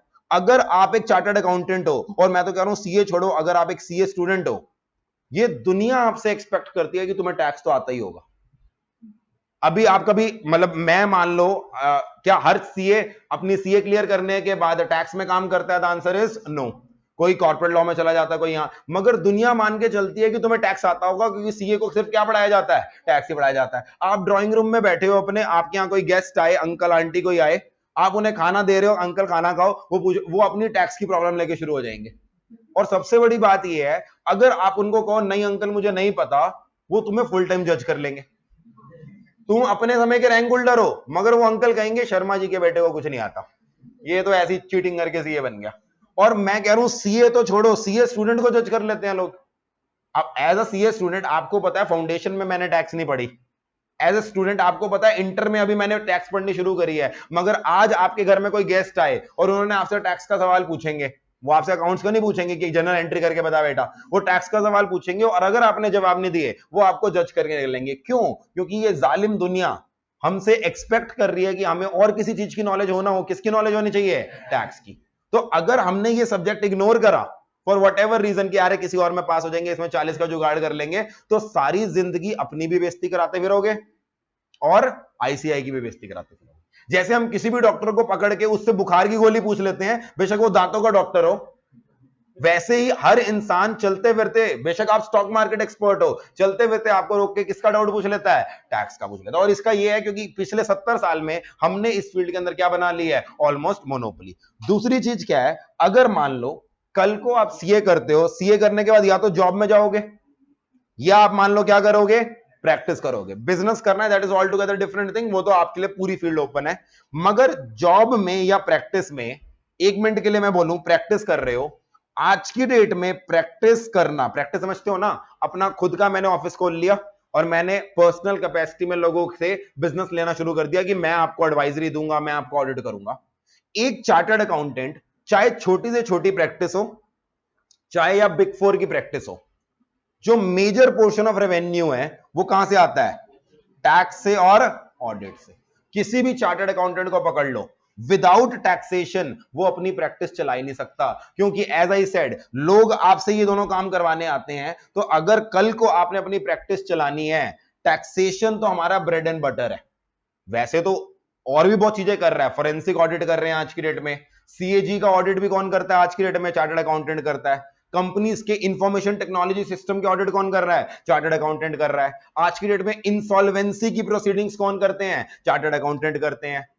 कंपनीज खुलवाने से लेकर बंद करवाने की कंप्लायंस कौन करवा रहे हैं? चार्टर्ड अकाउंटेंट करवा रहे हैं। मगर ये सब तो है अलग चीज, ये तो वो है जैसे वीकेंड पे पिज्जा पास्ता खा लेते हो, मगर जिंदगी जीते किस पे हो? जीते तो दाल रोटी खा करो, 5 दिन तो वो टिंडे तोरी मिलती है घर पे।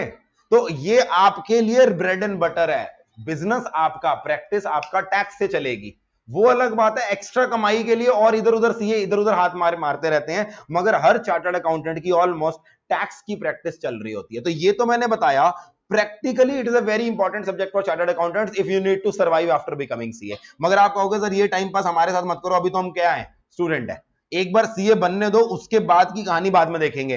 पहले हमें एज ए स्टूडेंट बताओ कि ये कितनी वेटेज है। अच्छा, आपने फाउंडेशन तो चलो दे दी, अब आपके सामने क्या चीजें रह गई हैं? इंटर और फाइनल। इंटर पे 8 में से एक पेपर, पेपर नंबर 4 100 मार्क्स का जो हम पढ़ रहे हैं वो क्या है? टैक्सेशन। फाइनल के अंदर सुनो जरा कहानी। फाइनल के अंदर भी करंटली एग्जिस्टिंग स्कीम में कितने पेपर हैं? 8 पेपर हैं। सेकेंड ग्रुप में paper number 7 direct tax 100 marks. Paper number 8 second group में इनडायरेक्ट टैक्स 100 मार्क्स।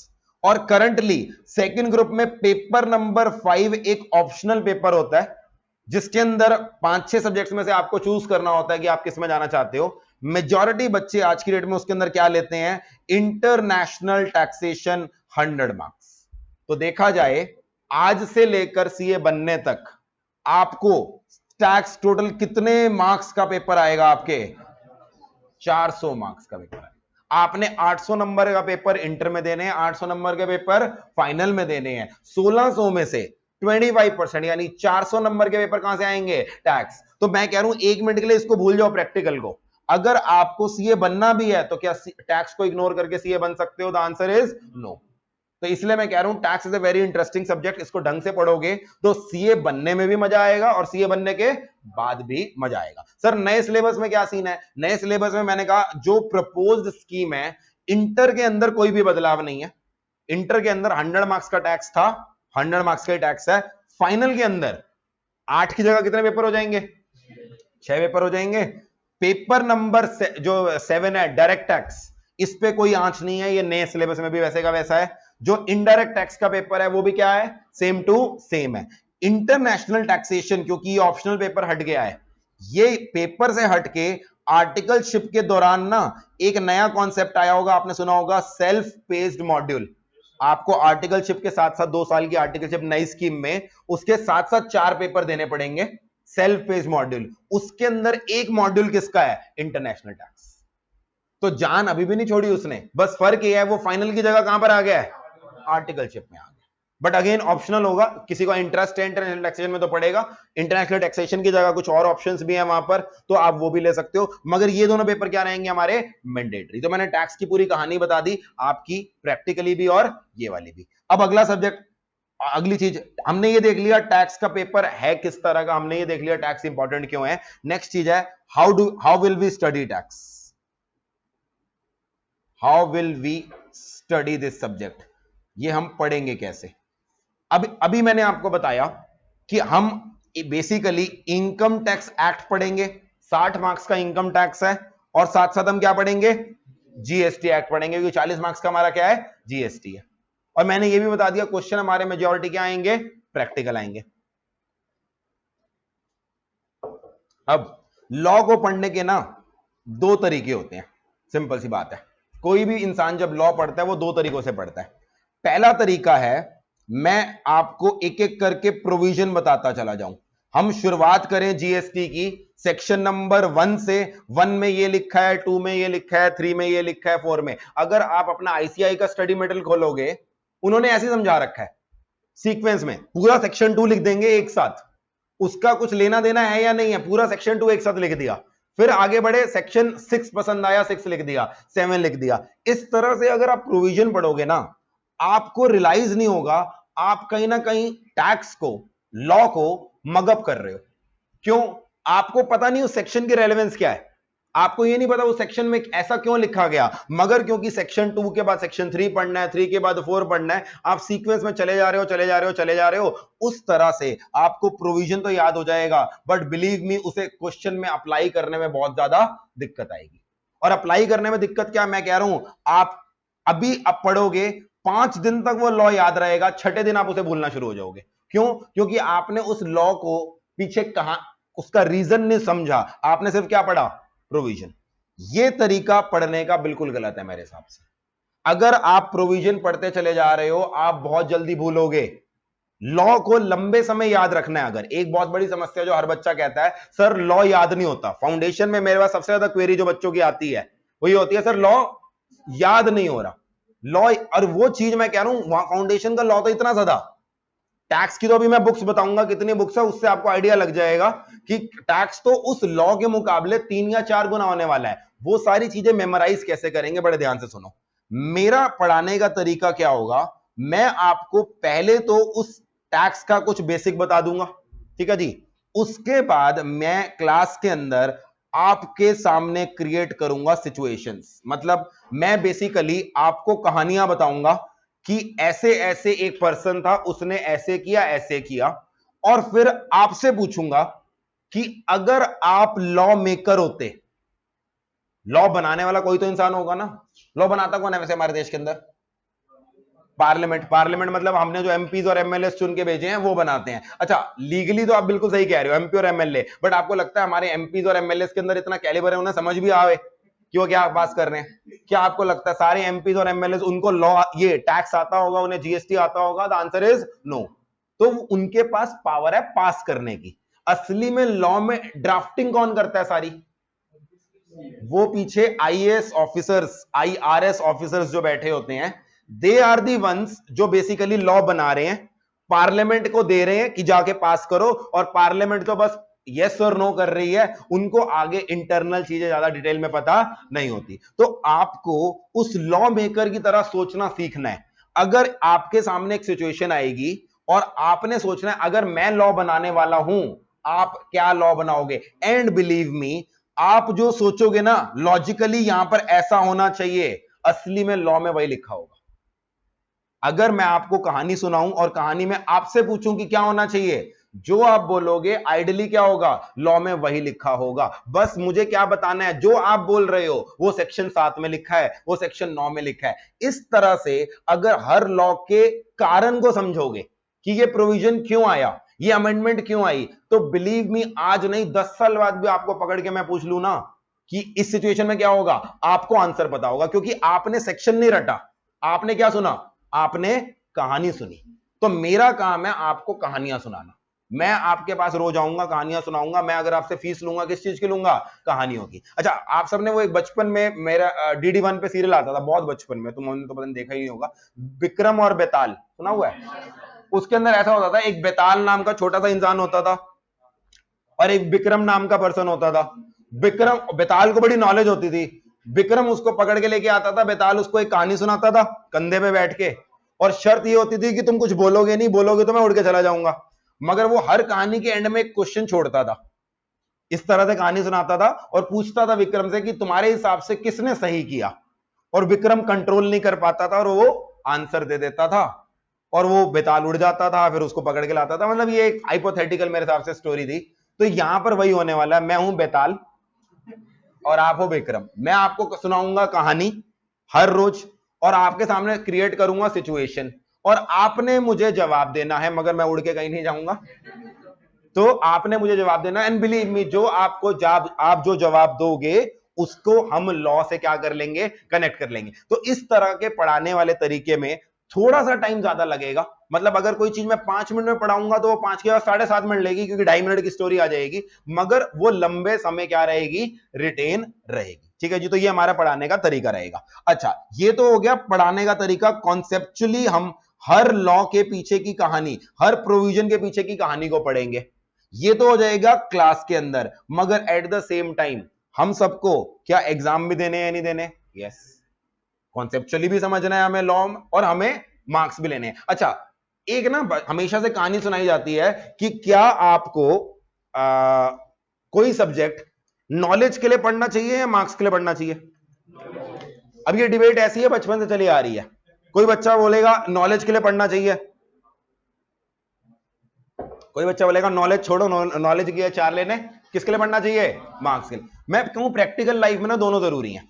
अगर आप ये देखो, एक बच्चे के मार्क्स बहुत अच्छे आए हैं मगर उसको नॉलेज नहीं है, उसने चीजें मगअप कर ली, उसने पेपर दे दिए, पास्ट ईयर के पेपर ये वो सब करा के मार्क्स ले आया, मगर उसको नहीं पता ये चीज प्रैक्टिकली अप्लाई क्यों हो रही है, उसे नहीं पता कि ये प्रोविजन लाया क्यों गया, उसे पीछे की कहानी नहीं पता। लेट मी टेल यू, ऐसे बच्चे जॉब में जाते, इंटरव्यू देते ही क्या हो जाते हैं? रिजेक्ट हो जाते हैं। और प्रैक्टिस करते हैं तो बेइज्जतियां कराते फिरते हैं। मैं इसलिए कह रहा हूं क्योंकि जब मैं 4.5-5 साल ईवाई में रहा तो मैंने कम से come on an average 10-12 interview लिए होंगे।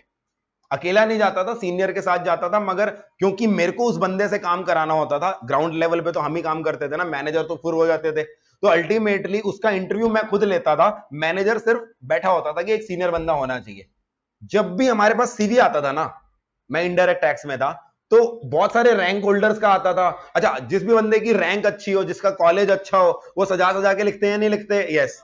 सीवी में कभी कुछ बोल्ड इटैलिक मत किया करो, क्योंकि इसका मतलब तुम सामने वाले को क्या बोलना चाह रहे हो, इसको देख।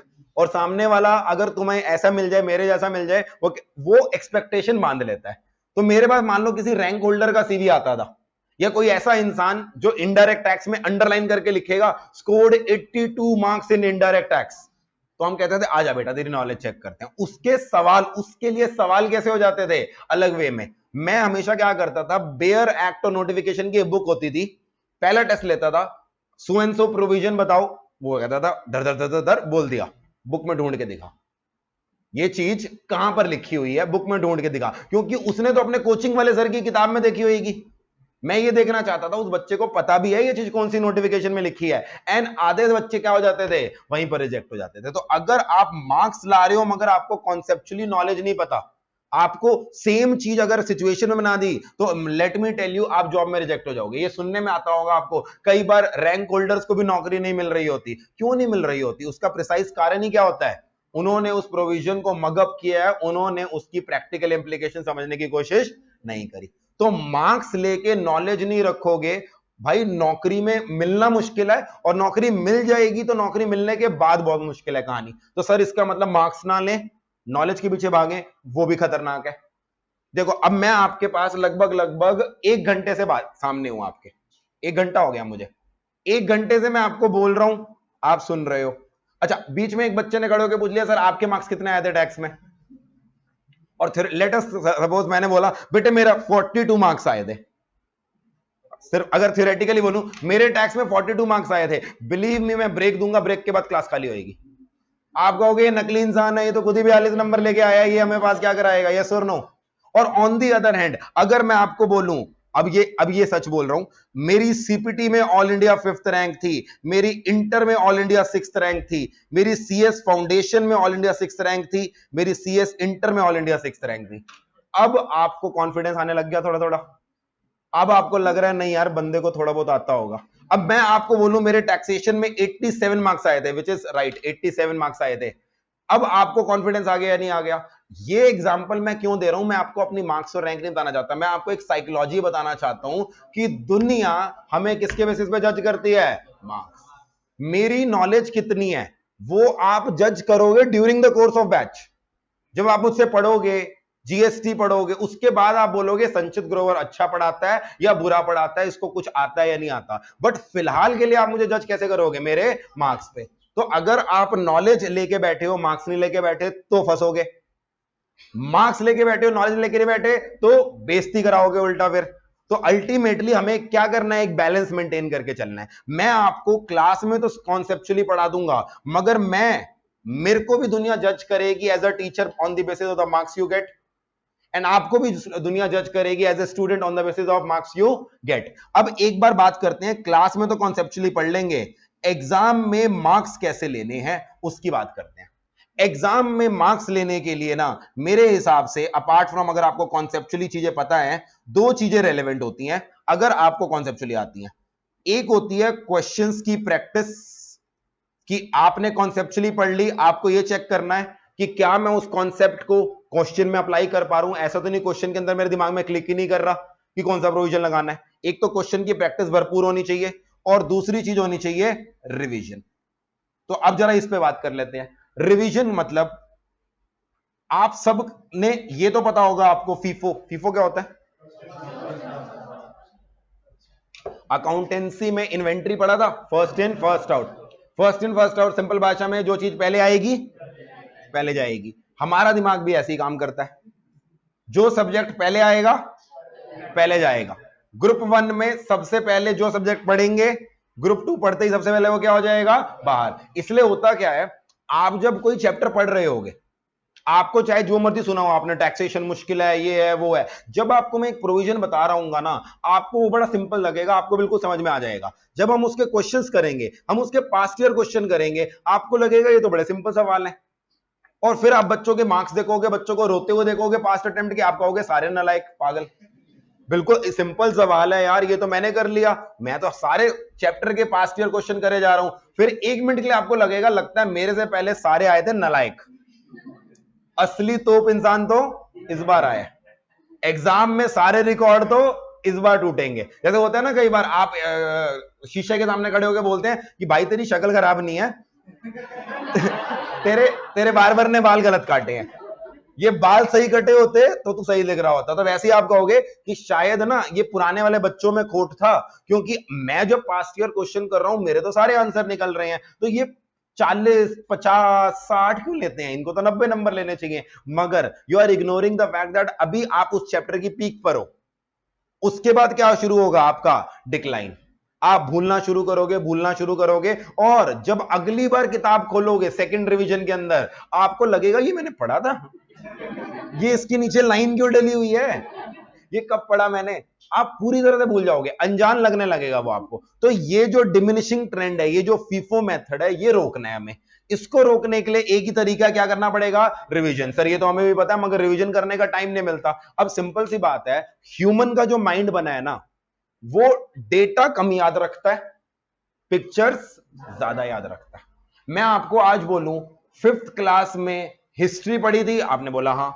मैं बोलूं 5th क्लास में हिस्ट्री के कौन से चैप्टर थे, याद हो गए?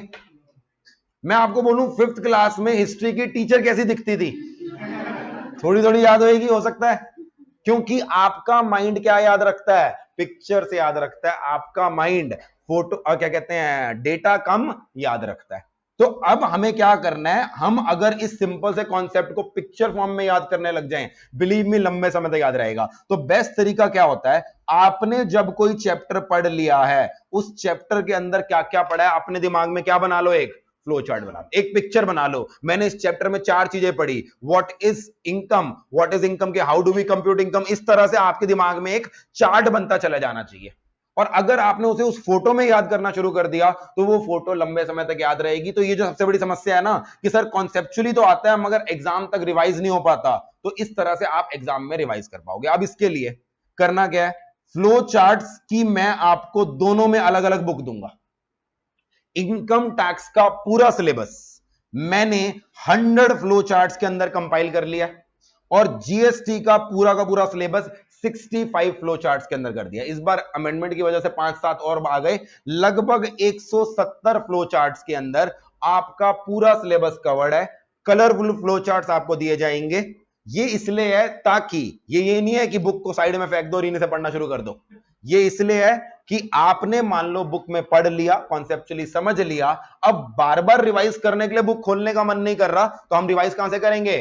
फ्लो चार्ट से करेंगे। तो रिवीजन के लिए मेरी तरफ से पहली चीज क्या आएगी आपके पास? फ्लो चार्ट बुक, जीएसटी की भी और इनकम टैक्स की भी। अभी इमीडिएटली नहीं दूंगा, 2 कारणों की वजह से। कारण नंबर 1, अगर मैं स्टार्टिंग में किताब दे दूंगा फ्लो चार्ट की, तो आप मेन बुक पढ़ोगे ही नहीं। जितनी मर्जी कसमें खा लो, मुझे पता है तुम पढ़ोगे ही नहीं।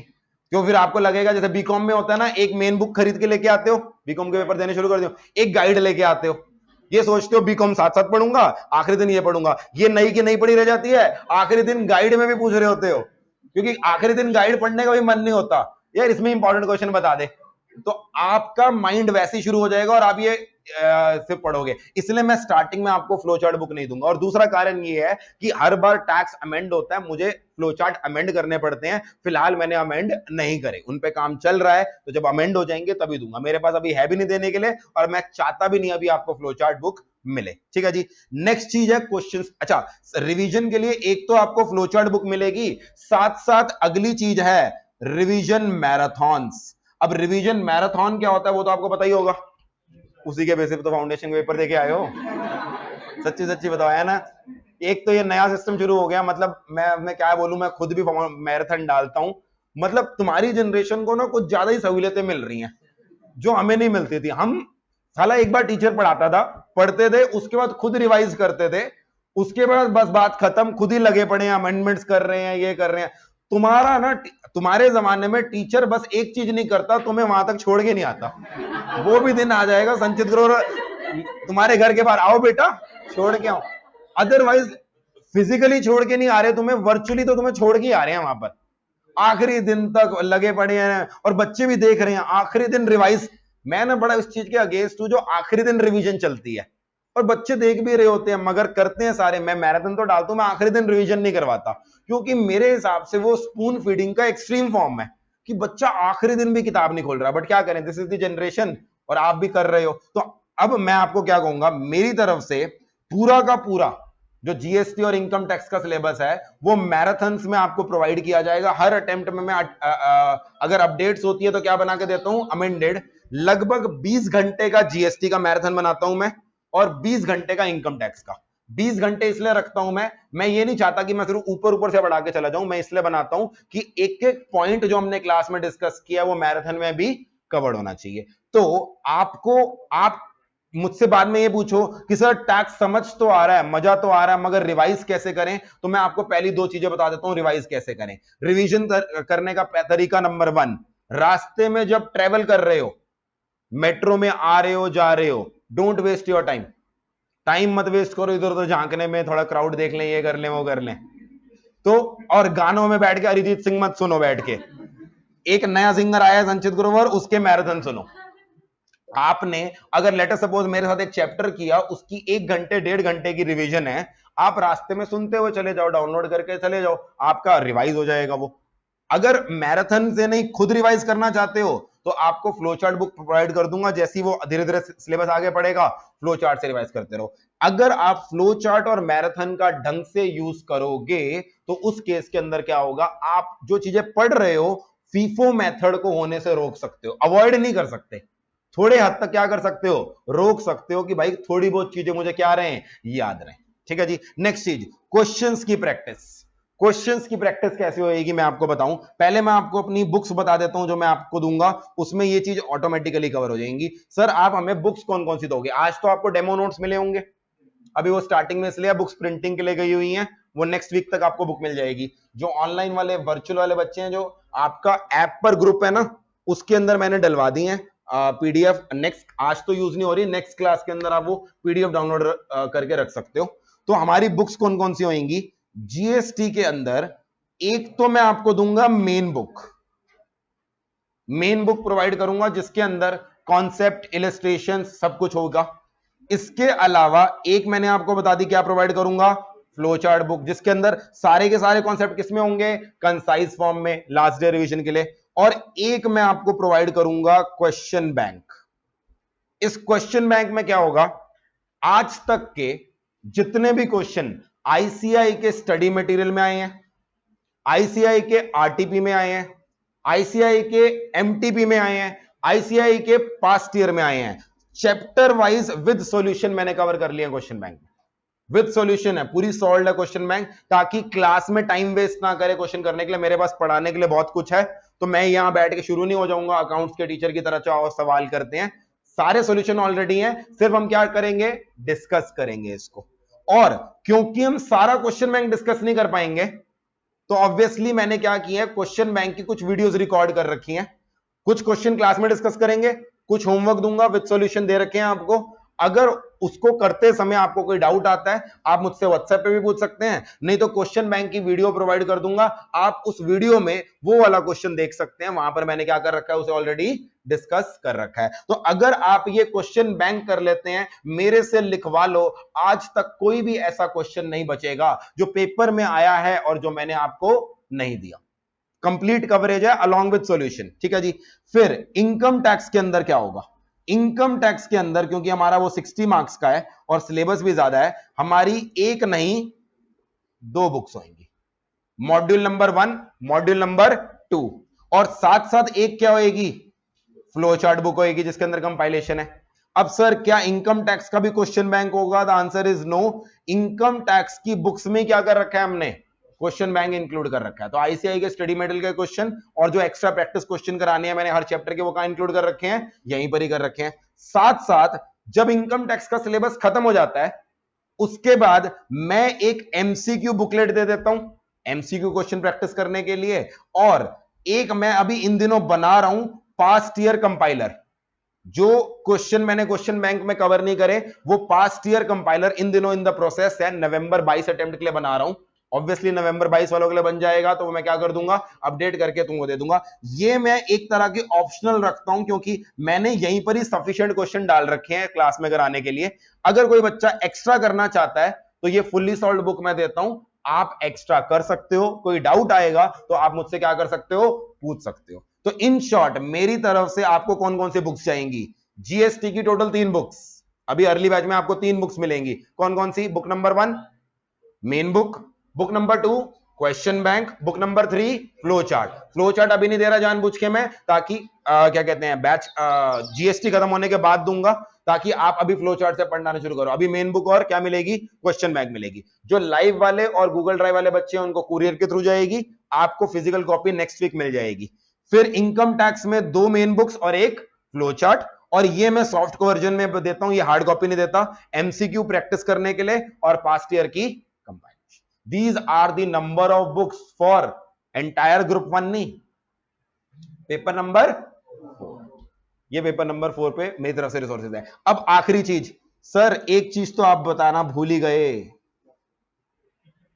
टेस्ट कैसे लोगे? टेस्ट बहुत जरूरी है। अच्छा, और टेस्ट आपको अगर ऐसा लगता है कि मैं पहले पढ़ लूं, क्लासेस कर लूं, फिर मैं रिवीजन कर लूं, लास्ट में फुल सिलेबस टेस्ट दूंगा, तो आई थिंक ये भ्रम अभी तक टूट चुका होगा। ये जो आप अपनी कहानी रचते हो अपने दिमाग में कि पहले पढ़ूंगा फिर रिवाइज करूंगा फिर लास्ट में हर सब्जेक्ट के 5-5 फुल सिलेबस टेस्ट दे दूंगा, वो भ्रम आपका फाउंडेशन में टूट गया होगा कि लास्ट में टाइम नहीं मिलता, और मिलता भी है तो हद से ज्यादा एक आधा टेस्ट फुल सिलेबस, वो भी अपनी प्रैक्टिस करने के लिए होता है। तो मेरे हिसाब से more than full syllabus test आपको क्या देने चाहिए, chapter wise test, topic wise test, for the simple reason to keep checking कि आपको चीजें समझ में आई हैं या नहीं आई। तो मैं अपनी क्लास में, मैं अपने सब्जेक्ट की बात कर रहा हूं, मैं 2 तरह के टेस्ट लेता हूं। एक लेता हूं मैं मॉक टेस्ट, एक मैं लेता हूं क्लास टेस्ट। सर ये दोनों एक ही तो होते हैं, अलग अलग थोड़ा होते हैं? ये अलग अलग होते हैं, मेरे लिए अलग होते हैं। मॉक टेस्ट वो होते हैं जो बता के लिए जाते हैं, क्लास टेस्ट वो होते हैं जो बिना बताए लिए जाते हैं। तो अब होगा क्या, मैं आपको बताऊं, जीएसटी में फिर भी ना मैं ये थोड़ा कम इंप्लीमेंट कर पाता हूं क्योंकि जीएसटी के चैप्टर इंटरलिंक्ड हैं।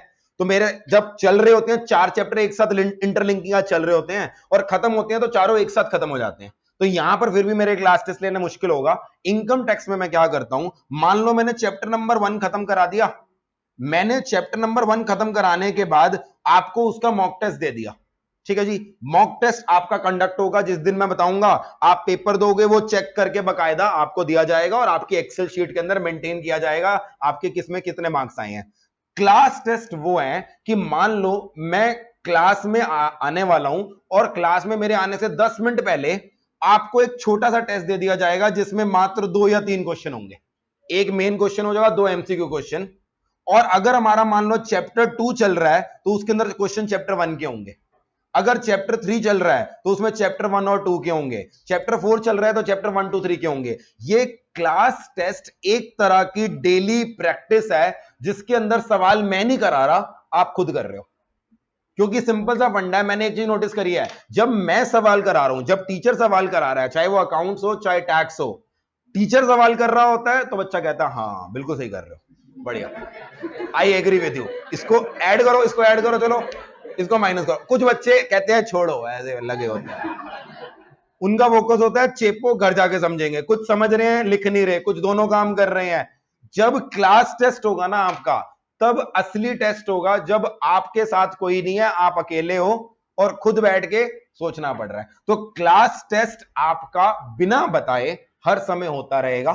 जैसे ही एक चैप्टर निपटेगा, पिछले चैप्टर्स के क्या होने लग जाएंगे, क्लास टेस्ट। और वो छोटा सा टेस्ट होगा, 10 मार्क्स का होगा, 5 मार्क्स का होगा, मगर वो इसलिए है ताकि कोई क्वेश्चन आप खुद करके तो देखो, खुद पता तो चले दिमाग क्लिक कर रहा है या नहीं कर रहा। वो टेस्ट मैं चेक करने नहीं आऊंगा, उसका टेस्ट चेक करके मार्क्स नहीं देंगे, उसका टेस्ट दूंगा, साथ साथ मैं आपको सॉल्यूशन दूंगा, आप खुद को, वो आपके खुद के लिए है। वो एक मुहावरा है ना हिंदी में, अपने गिरेबान में झांक के देखना पड़ता है, तो वो अपने झांकने के लिए है। ईमानदारी से तुम्हें पता लगता रहेगा तुम कितने पानी में हो, ताकि तुम्हें लास्ट में झटका ना लगे, अरे ये क्या हो गया मेरे साथ। तुम्हें रोज डेली बेसिस पे पता लगता रहेगा। अगर आप रोज क्वेश्चन कर पा रहे हो, सॉल्यूशन देख रहे हो, आपके सही आ रहे हैं, तो इसका मतलब ऑन ट्रैक चल रहे हो। रोज तुम्हारा गलत आ रहा है तो मैं ये मान के चलता हूं कभी तो शर्म आएगी। बच्चे को एक दिन नहीं हो पाया, सारे कर रहे हैं, उससे नहीं हो पा रहा, दूसरे दिन सारे कर रहे हैं, उससे नहीं हो पा रहा, तीसरे दिन, फोर्थ डे वो भी कहेगा यार मैं भी पढ़ लूं, सारे कर रहे होते हैं, मैं नहीं कर पा रहा होता। तो ये मेरी सिंपल सी टेक्निक है, एक क्लास टेस्ट और एक क्या होंगे, मॉक टेस्ट। ठीक है जी। जीएसटी में मेरे टेस्ट थोड़े नंबर ऑफ टेस्ट कम होते हैं, क्योंकि जीएसटी का क्वेश्चन बैंक मैंने बड़ा होलिस्टिक बना रखा है। अगर आप क्वेश्चन बैंक कर लोगे, उसके अलावा मेरे पास क्वेश्चन पूछने लायक ही नहीं बचते। मेरे को टेस्ट में भी वही क्वेश्चन डालने पड़ते हैं, क्योंकि ए टू जेड सारे क्वेश्चन मैंने क्वेश्चन बैंक में डाल रखे हैं, इसलिए जीएसटी में थोड़े कम टेस्ट लूंगा। इनकम टैक्स में लास्ट टाइम मैंने 7 मॉक टेस्ट लिए थे और क्लास टेस्ट 23 लिए थे। टोटल इनकम टैक्स में मेरे कितने टेस्ट हुए थे, 30। और ये मॉक टेस्ट सीरीज नंबर 1 है जो क्लास के साथ साथ चलेगी। इसके बाद जब आपका पेपर आ रहे होंगे, मतलब जैसे आप मई के अंदर हो, तो मार्च और अप्रैल के अंदर हम एक और टेस्ट सीरीज निकालते हैं जो अपने स्टूडेंट्स के लिए भी होती है और ओपन फॉर एवरीवन भी होती है। तो उसके अंदर फिर से एक नई टेस्ट सीरीज चलेगी, वो होगी जब आखिरी में रिवीजन कर रहे हो। तो मॉक टेस्ट सीरीज क्लास के साथ, मॉक टेस्ट सीरीज एग्जाम से पहले, क्लास टेस्ट सीरीज बिना बताए आपके साथ साथ क्या होगी, चलती चली जाएगी। This is how we will do test. और मैं आपको बता दूं, ये जो एमसीक्यू वगैरह मैं कह रहा हूं ना, मैं आपके अलग से दूंगा, पास्ट ईयर क्वेश्चन लास्ट में दूंगा, वैसे मैं सारे के सारे टेस्ट में कवर कर लूंगा। वो लास्ट में कंपाइलर दे देता हूं, ताकि आप क्या टेस्ट इकट्ठे करते फिरोगे, वो सारे के सारे कंपाइल करके एक जगह दे देता हूं कि कल को आपको देखना हो तो दे सकते हो। अदरवाइज सारे पास्ट ईयर एमटीपी आरटीपी मैंने आमतौर पे किसमें कवर कर रखे होते हैं, मॉक टेस्ट में या फिर क्लास टेस्ट। क्लियर है। तो ये मैंने आपको बता दिया बुक्स कौन सी मिलेंगी, ये मैंने आपको बता दिया कि हमारे टेस्ट कैसे होंगे, सो ऑन। आखिरी चीज फिर ब्रेक दे देता हूं। सर हमने सुना है टैक्स में बहुत ज्यादा अमेंडमेंट्स होती हैं, तो हमें कैसे पढ़ना है। अच्छा एक चीज और बता दूं, आपके दिमाग में आएगा सर आईसीआई का स्टडी मटेरियल पढ़ें या आपकी बुक फॉलो करें।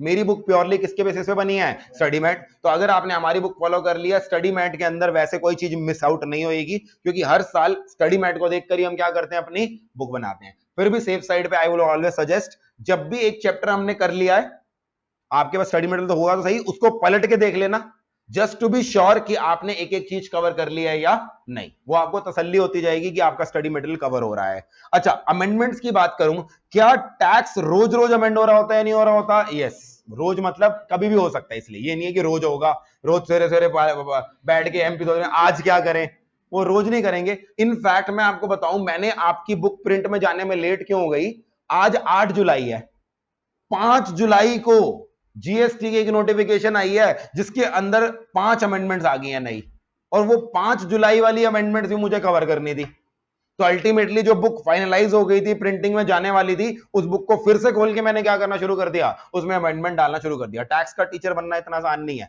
बहुत मेहनत करनी पड़ती है। मेरे को बहुत जलन होती है बाकी टीचर से, क्यों, अकाउंट्स वाले सर को कोई अमेंडमेंट नहीं आती, डेबिट वर्ड कम से 20 साल पहले भी था, अभी भी था। ये थोड़ा आज अमेंडमेंट आ गई बेटा, आज से हम डेबिट नहीं करेंगे, क्रेडिट करेंगे। लॉ में भी कंपैरेटिवली कम आती हैं, ऑडिट में नहीं आती हैं। सारे टीचर जिंदगी में चिल मारते हैं, सिर्फ एक टीचर रात रात तक बैठ के काम करता है, कौन सा, टैक्स का। क्योंकि किसी भी दिन हमारे पॉलिटिशियंस का, या मैं पॉलिटिशियंस को भी नहीं बोलूंगा, आईआरएस ऑफिसर्स का पता नहीं क्या हो जाता है, वो एक साथ अमेंडमेंट निकाल देते हैं और वो क्या करना पड़ता है, हमें पढ़नी पड़ती है। तो अब मेरे को तो पढ़नी पड़ती है पढ़ाने के लिए। अब सवाल यह है सर हमें कब तक पढ़नी है, हमारा पेपर अगर मई 23 में है तो पेपर से एक दिन पहले तक अमेंडमेंट आती रहेगी, हम कब तक पढ़ते रहेंगे। तो आप खुद सोचो, आईसीआई क्या इतना बेरहम होगा कि कहेगा आखिरी दिन तक अमेंडमेंट करके आओ, पेपर से जस्ट पहले जा रहे हो, सुबह सुबह एक अमेंडमेंट आ गई है, लगे बड़े अमेंडमेंट पढ़ने में। क्या आईसीआई ऐसा करेगा तुम्हारे साथ, नहीं। आईसीआई क्या करता है, कट ऑफ डेट डिसाइड कर लेता है, इस डेट तक जो भी अमेंडमेंट्स हैं वो आपको कवर करनी है, इस डेट के बाद वाली अमेंडमेंट्स कवर करने की जरूरत नहीं है, क्योंकि आपको भी सिलेबस की थोड़ी बहुत सर्टेनिटी होनी चाहिए ना। तो मई के लिए याद रखना हमेशा कट ऑफ डेट होती है उससे पहले वाली 31 अक्टूबर, यानी मई 23 के अंदर कहां तक की अमेंडमेंट्स आएंगी? 31 अक्टूबर 2022। और इससे पहले जो पेपर अभी नवंबर 22 में होंगे उनके पिछले बैच वालों की अमेंडमेंट्स कहां तक थी? 30 अप्रैल 2022। और जो अगला बैच आएगा नवंबर 23 वाला, उनके लिए कहां तक की अमेंडमेंट्स कवर होंगी? 30 अप्रैल 2023। अब मैंने आपको जब ये बात बताई, आप में से मेजॉरिटी बच्चे तो मई 23 वाले होंगे। आप बोलोगे सर हम तो जुलाई में पढ़ने आ गए, मगर अमेंडमेंट्स कब तक होंगी आएंगी? 31 अक्टूबर। तो छोड़ो, बैक करते हैं, हम 1 नवंबर को मिलेंगे। ऐसा करोगे कि 31 अक्टूबर तक की अमेंडमेंट्स कवर होनी है तो 1 नवंबर से पढ़ना शुरू करेंगे, ऐसे पढ़ोगे तो सिलेबस ही खत्म नहीं होगा आपका। ऑब्वियस सी बात है, टैक्स एक अमेंडमेंट वाला सब्जेक्ट है, करनी पड़े, अमेंडमेंट तो होती रहेंगी। इसीलिए क्या होता है, टैक्स में आपको ड्यूरिंग द बैच पढ़ाया जाता है, और अगर जो महीने बच गए 1-2 महीने, वैसे तो 6 महीने की अमेंडमेंट एक साथ आईसीआई निकालता है, वो आपको क्लास के बाद एक अमेंडमेंट लेक्चर अलग से प्रोवाइड किया जाता है, free of cost obviously, with notes provide किया जाता है, तो वो आपको सब कुछ होता है। बट मैं क्या करता हूं, आइडली आपको इस समय आईसीआई की वेबसाइट पे जाओगे, आपको 30 अप्रैल तक की अपडेटेड बुक मिलेगी। 30 अप्रैल के बाद की अपडेटेड बुक कहीं नहीं मिलेगी, ना आईसीआई की स्टडी मेटल की, ना किसी और फैकल्टी की मिलेगी। वो क्योंकि आईसीआई कंपाइलेशन लेता है, आईसीआई मई 23 की कंपाइलेशन देगा समवेयर अराउंड जनवरी फरवरी में जाके कंपाइलेशन देगा। अब या तो एक तरीका है वेट करते रहे, मैं क्या करता हूं, मैं जिस दिन भी जीएसटी का बैच पढ़ा रहा हूं वहां तक की अमेंडमेंट्स कवर कर लेता हूं। जैसे 30 अप्रैल तक की तो ऑब्वियसली मैंने कवर कर ही रखी थी। अब मैं मान लो आपको, कल मैंने अपनी बुक फाइनलाइज करी है 7 जुलाई को, तो 7 जुलाई तक जो अमेंडमेंट्स आई हैं, वैसे 5 जुलाई के बाद कोई अमेंडमेंट नहीं आई जीएसटी में, 5 जुलाई तक की अमेंडमेंट आपकी किताब में कवर होगी। टिल 5 जुलाई मैंने अमेंडमेंट कवर कर ली, बट क्या गारंटी है कि 5 जुलाई से लेकर 31 अक्टूबर तक अमेंडमेंट नहीं आएंगी? आ सकती है, नहीं आ सकती? यस, हो सकता है एक भी ना आए, हो सकता है 1-2 आ जाए। तो ये वाली जो अमेंडमेंट्स हैं, ये मुझे आपका बैच खत्म हो जाने के बाद अलग से आपको प्रोवाइड करनी पड़ेंगी। आइडली आपका 99.99% सिलेबस सेम रहेगा, 0.1% हो सकता है कुछ इधर का उधर, उधर का इधर हो जाए। इस 0.1% के लिए हम अपने 99.99% को सेक्रीफाइस नहीं करें। But this is one declaration which I wanted to give you. Tax is a subject prone to amendment, so you have to be mindful that हो सकता है एक आधी चीज क्या हो जाए, अमेंड हो जाए। मगर मैंने एक चीज और बताऊं, अभी मैं आपको जब समझाना शुरू करूंगा जीएसटी का लॉ बनता कैसे, आपको समझाएगा। 5 जुलाई तक की तो मैंने अमेंडमेंट्स कवर कर ली हैं, अगले 3 महीने में जो अमेंडमेंट आ सकती हैं मैंने वो भी अमेंडमेंट कवर कर ली। बाप कहोगे सर ये तो ज्यादा हो गया। एक होती है अपनी तारीफ करना, और एक होता है ये बोलना मैं ही मैन हूं, सुपरमैन हूं। आपको कैसे पता 5 अभी अमेंडमेंट कौन सी आएंगी? जब लॉ कैसे बनता है वो प्रोसीजर समझाऊंगा ना, तो आपको समझ में आ जाएगा। मैं कोई अंतर्यामी नहीं हूं जिसको पहले से अमेंडमेंट पता है। वो अमेंडमेंट अभी तक नोटिफाई नहीं हुई है, ऑल्दो वो अमेंडमेंट पब्लिक डोमेन में आ चुकी हैं। तो जो प्रपोज्ड अमेंडमेंट है वो भी एक्स्ट्रा नोट्स की तरह मैंने आपकी बुक में डाल दी है। तो पहले मैं पढ़ाऊंगा, फिलहाल ये प्रोविजन है, ये हल्की सी अमेंडमेंट प्रपोज्ड है, ये अभी आई नहीं है, तो अगर आ गई तो एग्जाम के लिए रेलेवेंट हो जाएगी, अगर नहीं आई तो मैं बोलूंगा this is only for knowledge, you don't have to do it for exam. तो ये मेरी तरफ से है, मैं खुद को अपनी तरफ से अपडेटेड रखता हूं और अपनी क्लासेस में भी कोशिश करता है टू दी एक्सटेंट पॉसिबल क्या करूंगा, अपडेटेड। आप में से कोई बच्चा है जो नवंबर 22 की तैयारी कर रहा है? नवंबर 22 वाले बच्चों को चिंता करने की जरूरत नहीं है। जो भी 30 अप्रैल के बाद वाली अमेंडमेंट्स हैं वो मैं अलग से हाईलाइट करूंगा, वो आपको बता दूंगा कि ये वाली अमेंडमेंट सिर्फ और सिर्फ मई 23 के लिए आपको पढ़ने की जरूरत नहीं है। तो अगर कोई नवंबर 22 वाला ये क्लासेस देखेगा, वहां तक की अमेंडमेंट्स लिखी हैं, मई 23 की मैंने अलग से हाईलाइट कर दी है। This amendment is only for May 23। ठीक है जी, तो ये अमेंडमेंट्स के बारे में मैंने बता दिया। This is all about. अब मुझे बताओ कोई डाउट किसी चीज के बारे में? नहीं तो ब्रेक लेंगे, ब्रेक के बाद फिर अपनी मेन पढ़ाई शुरू करेंगे। कोई और प्रकार, किसी प्रकार का डाउट? टेस्ट के बारे में बता दिया, इसके बारे में बता दिया, उसके बारे में, सब कुछ के बारे में तो बता दिया मैंने।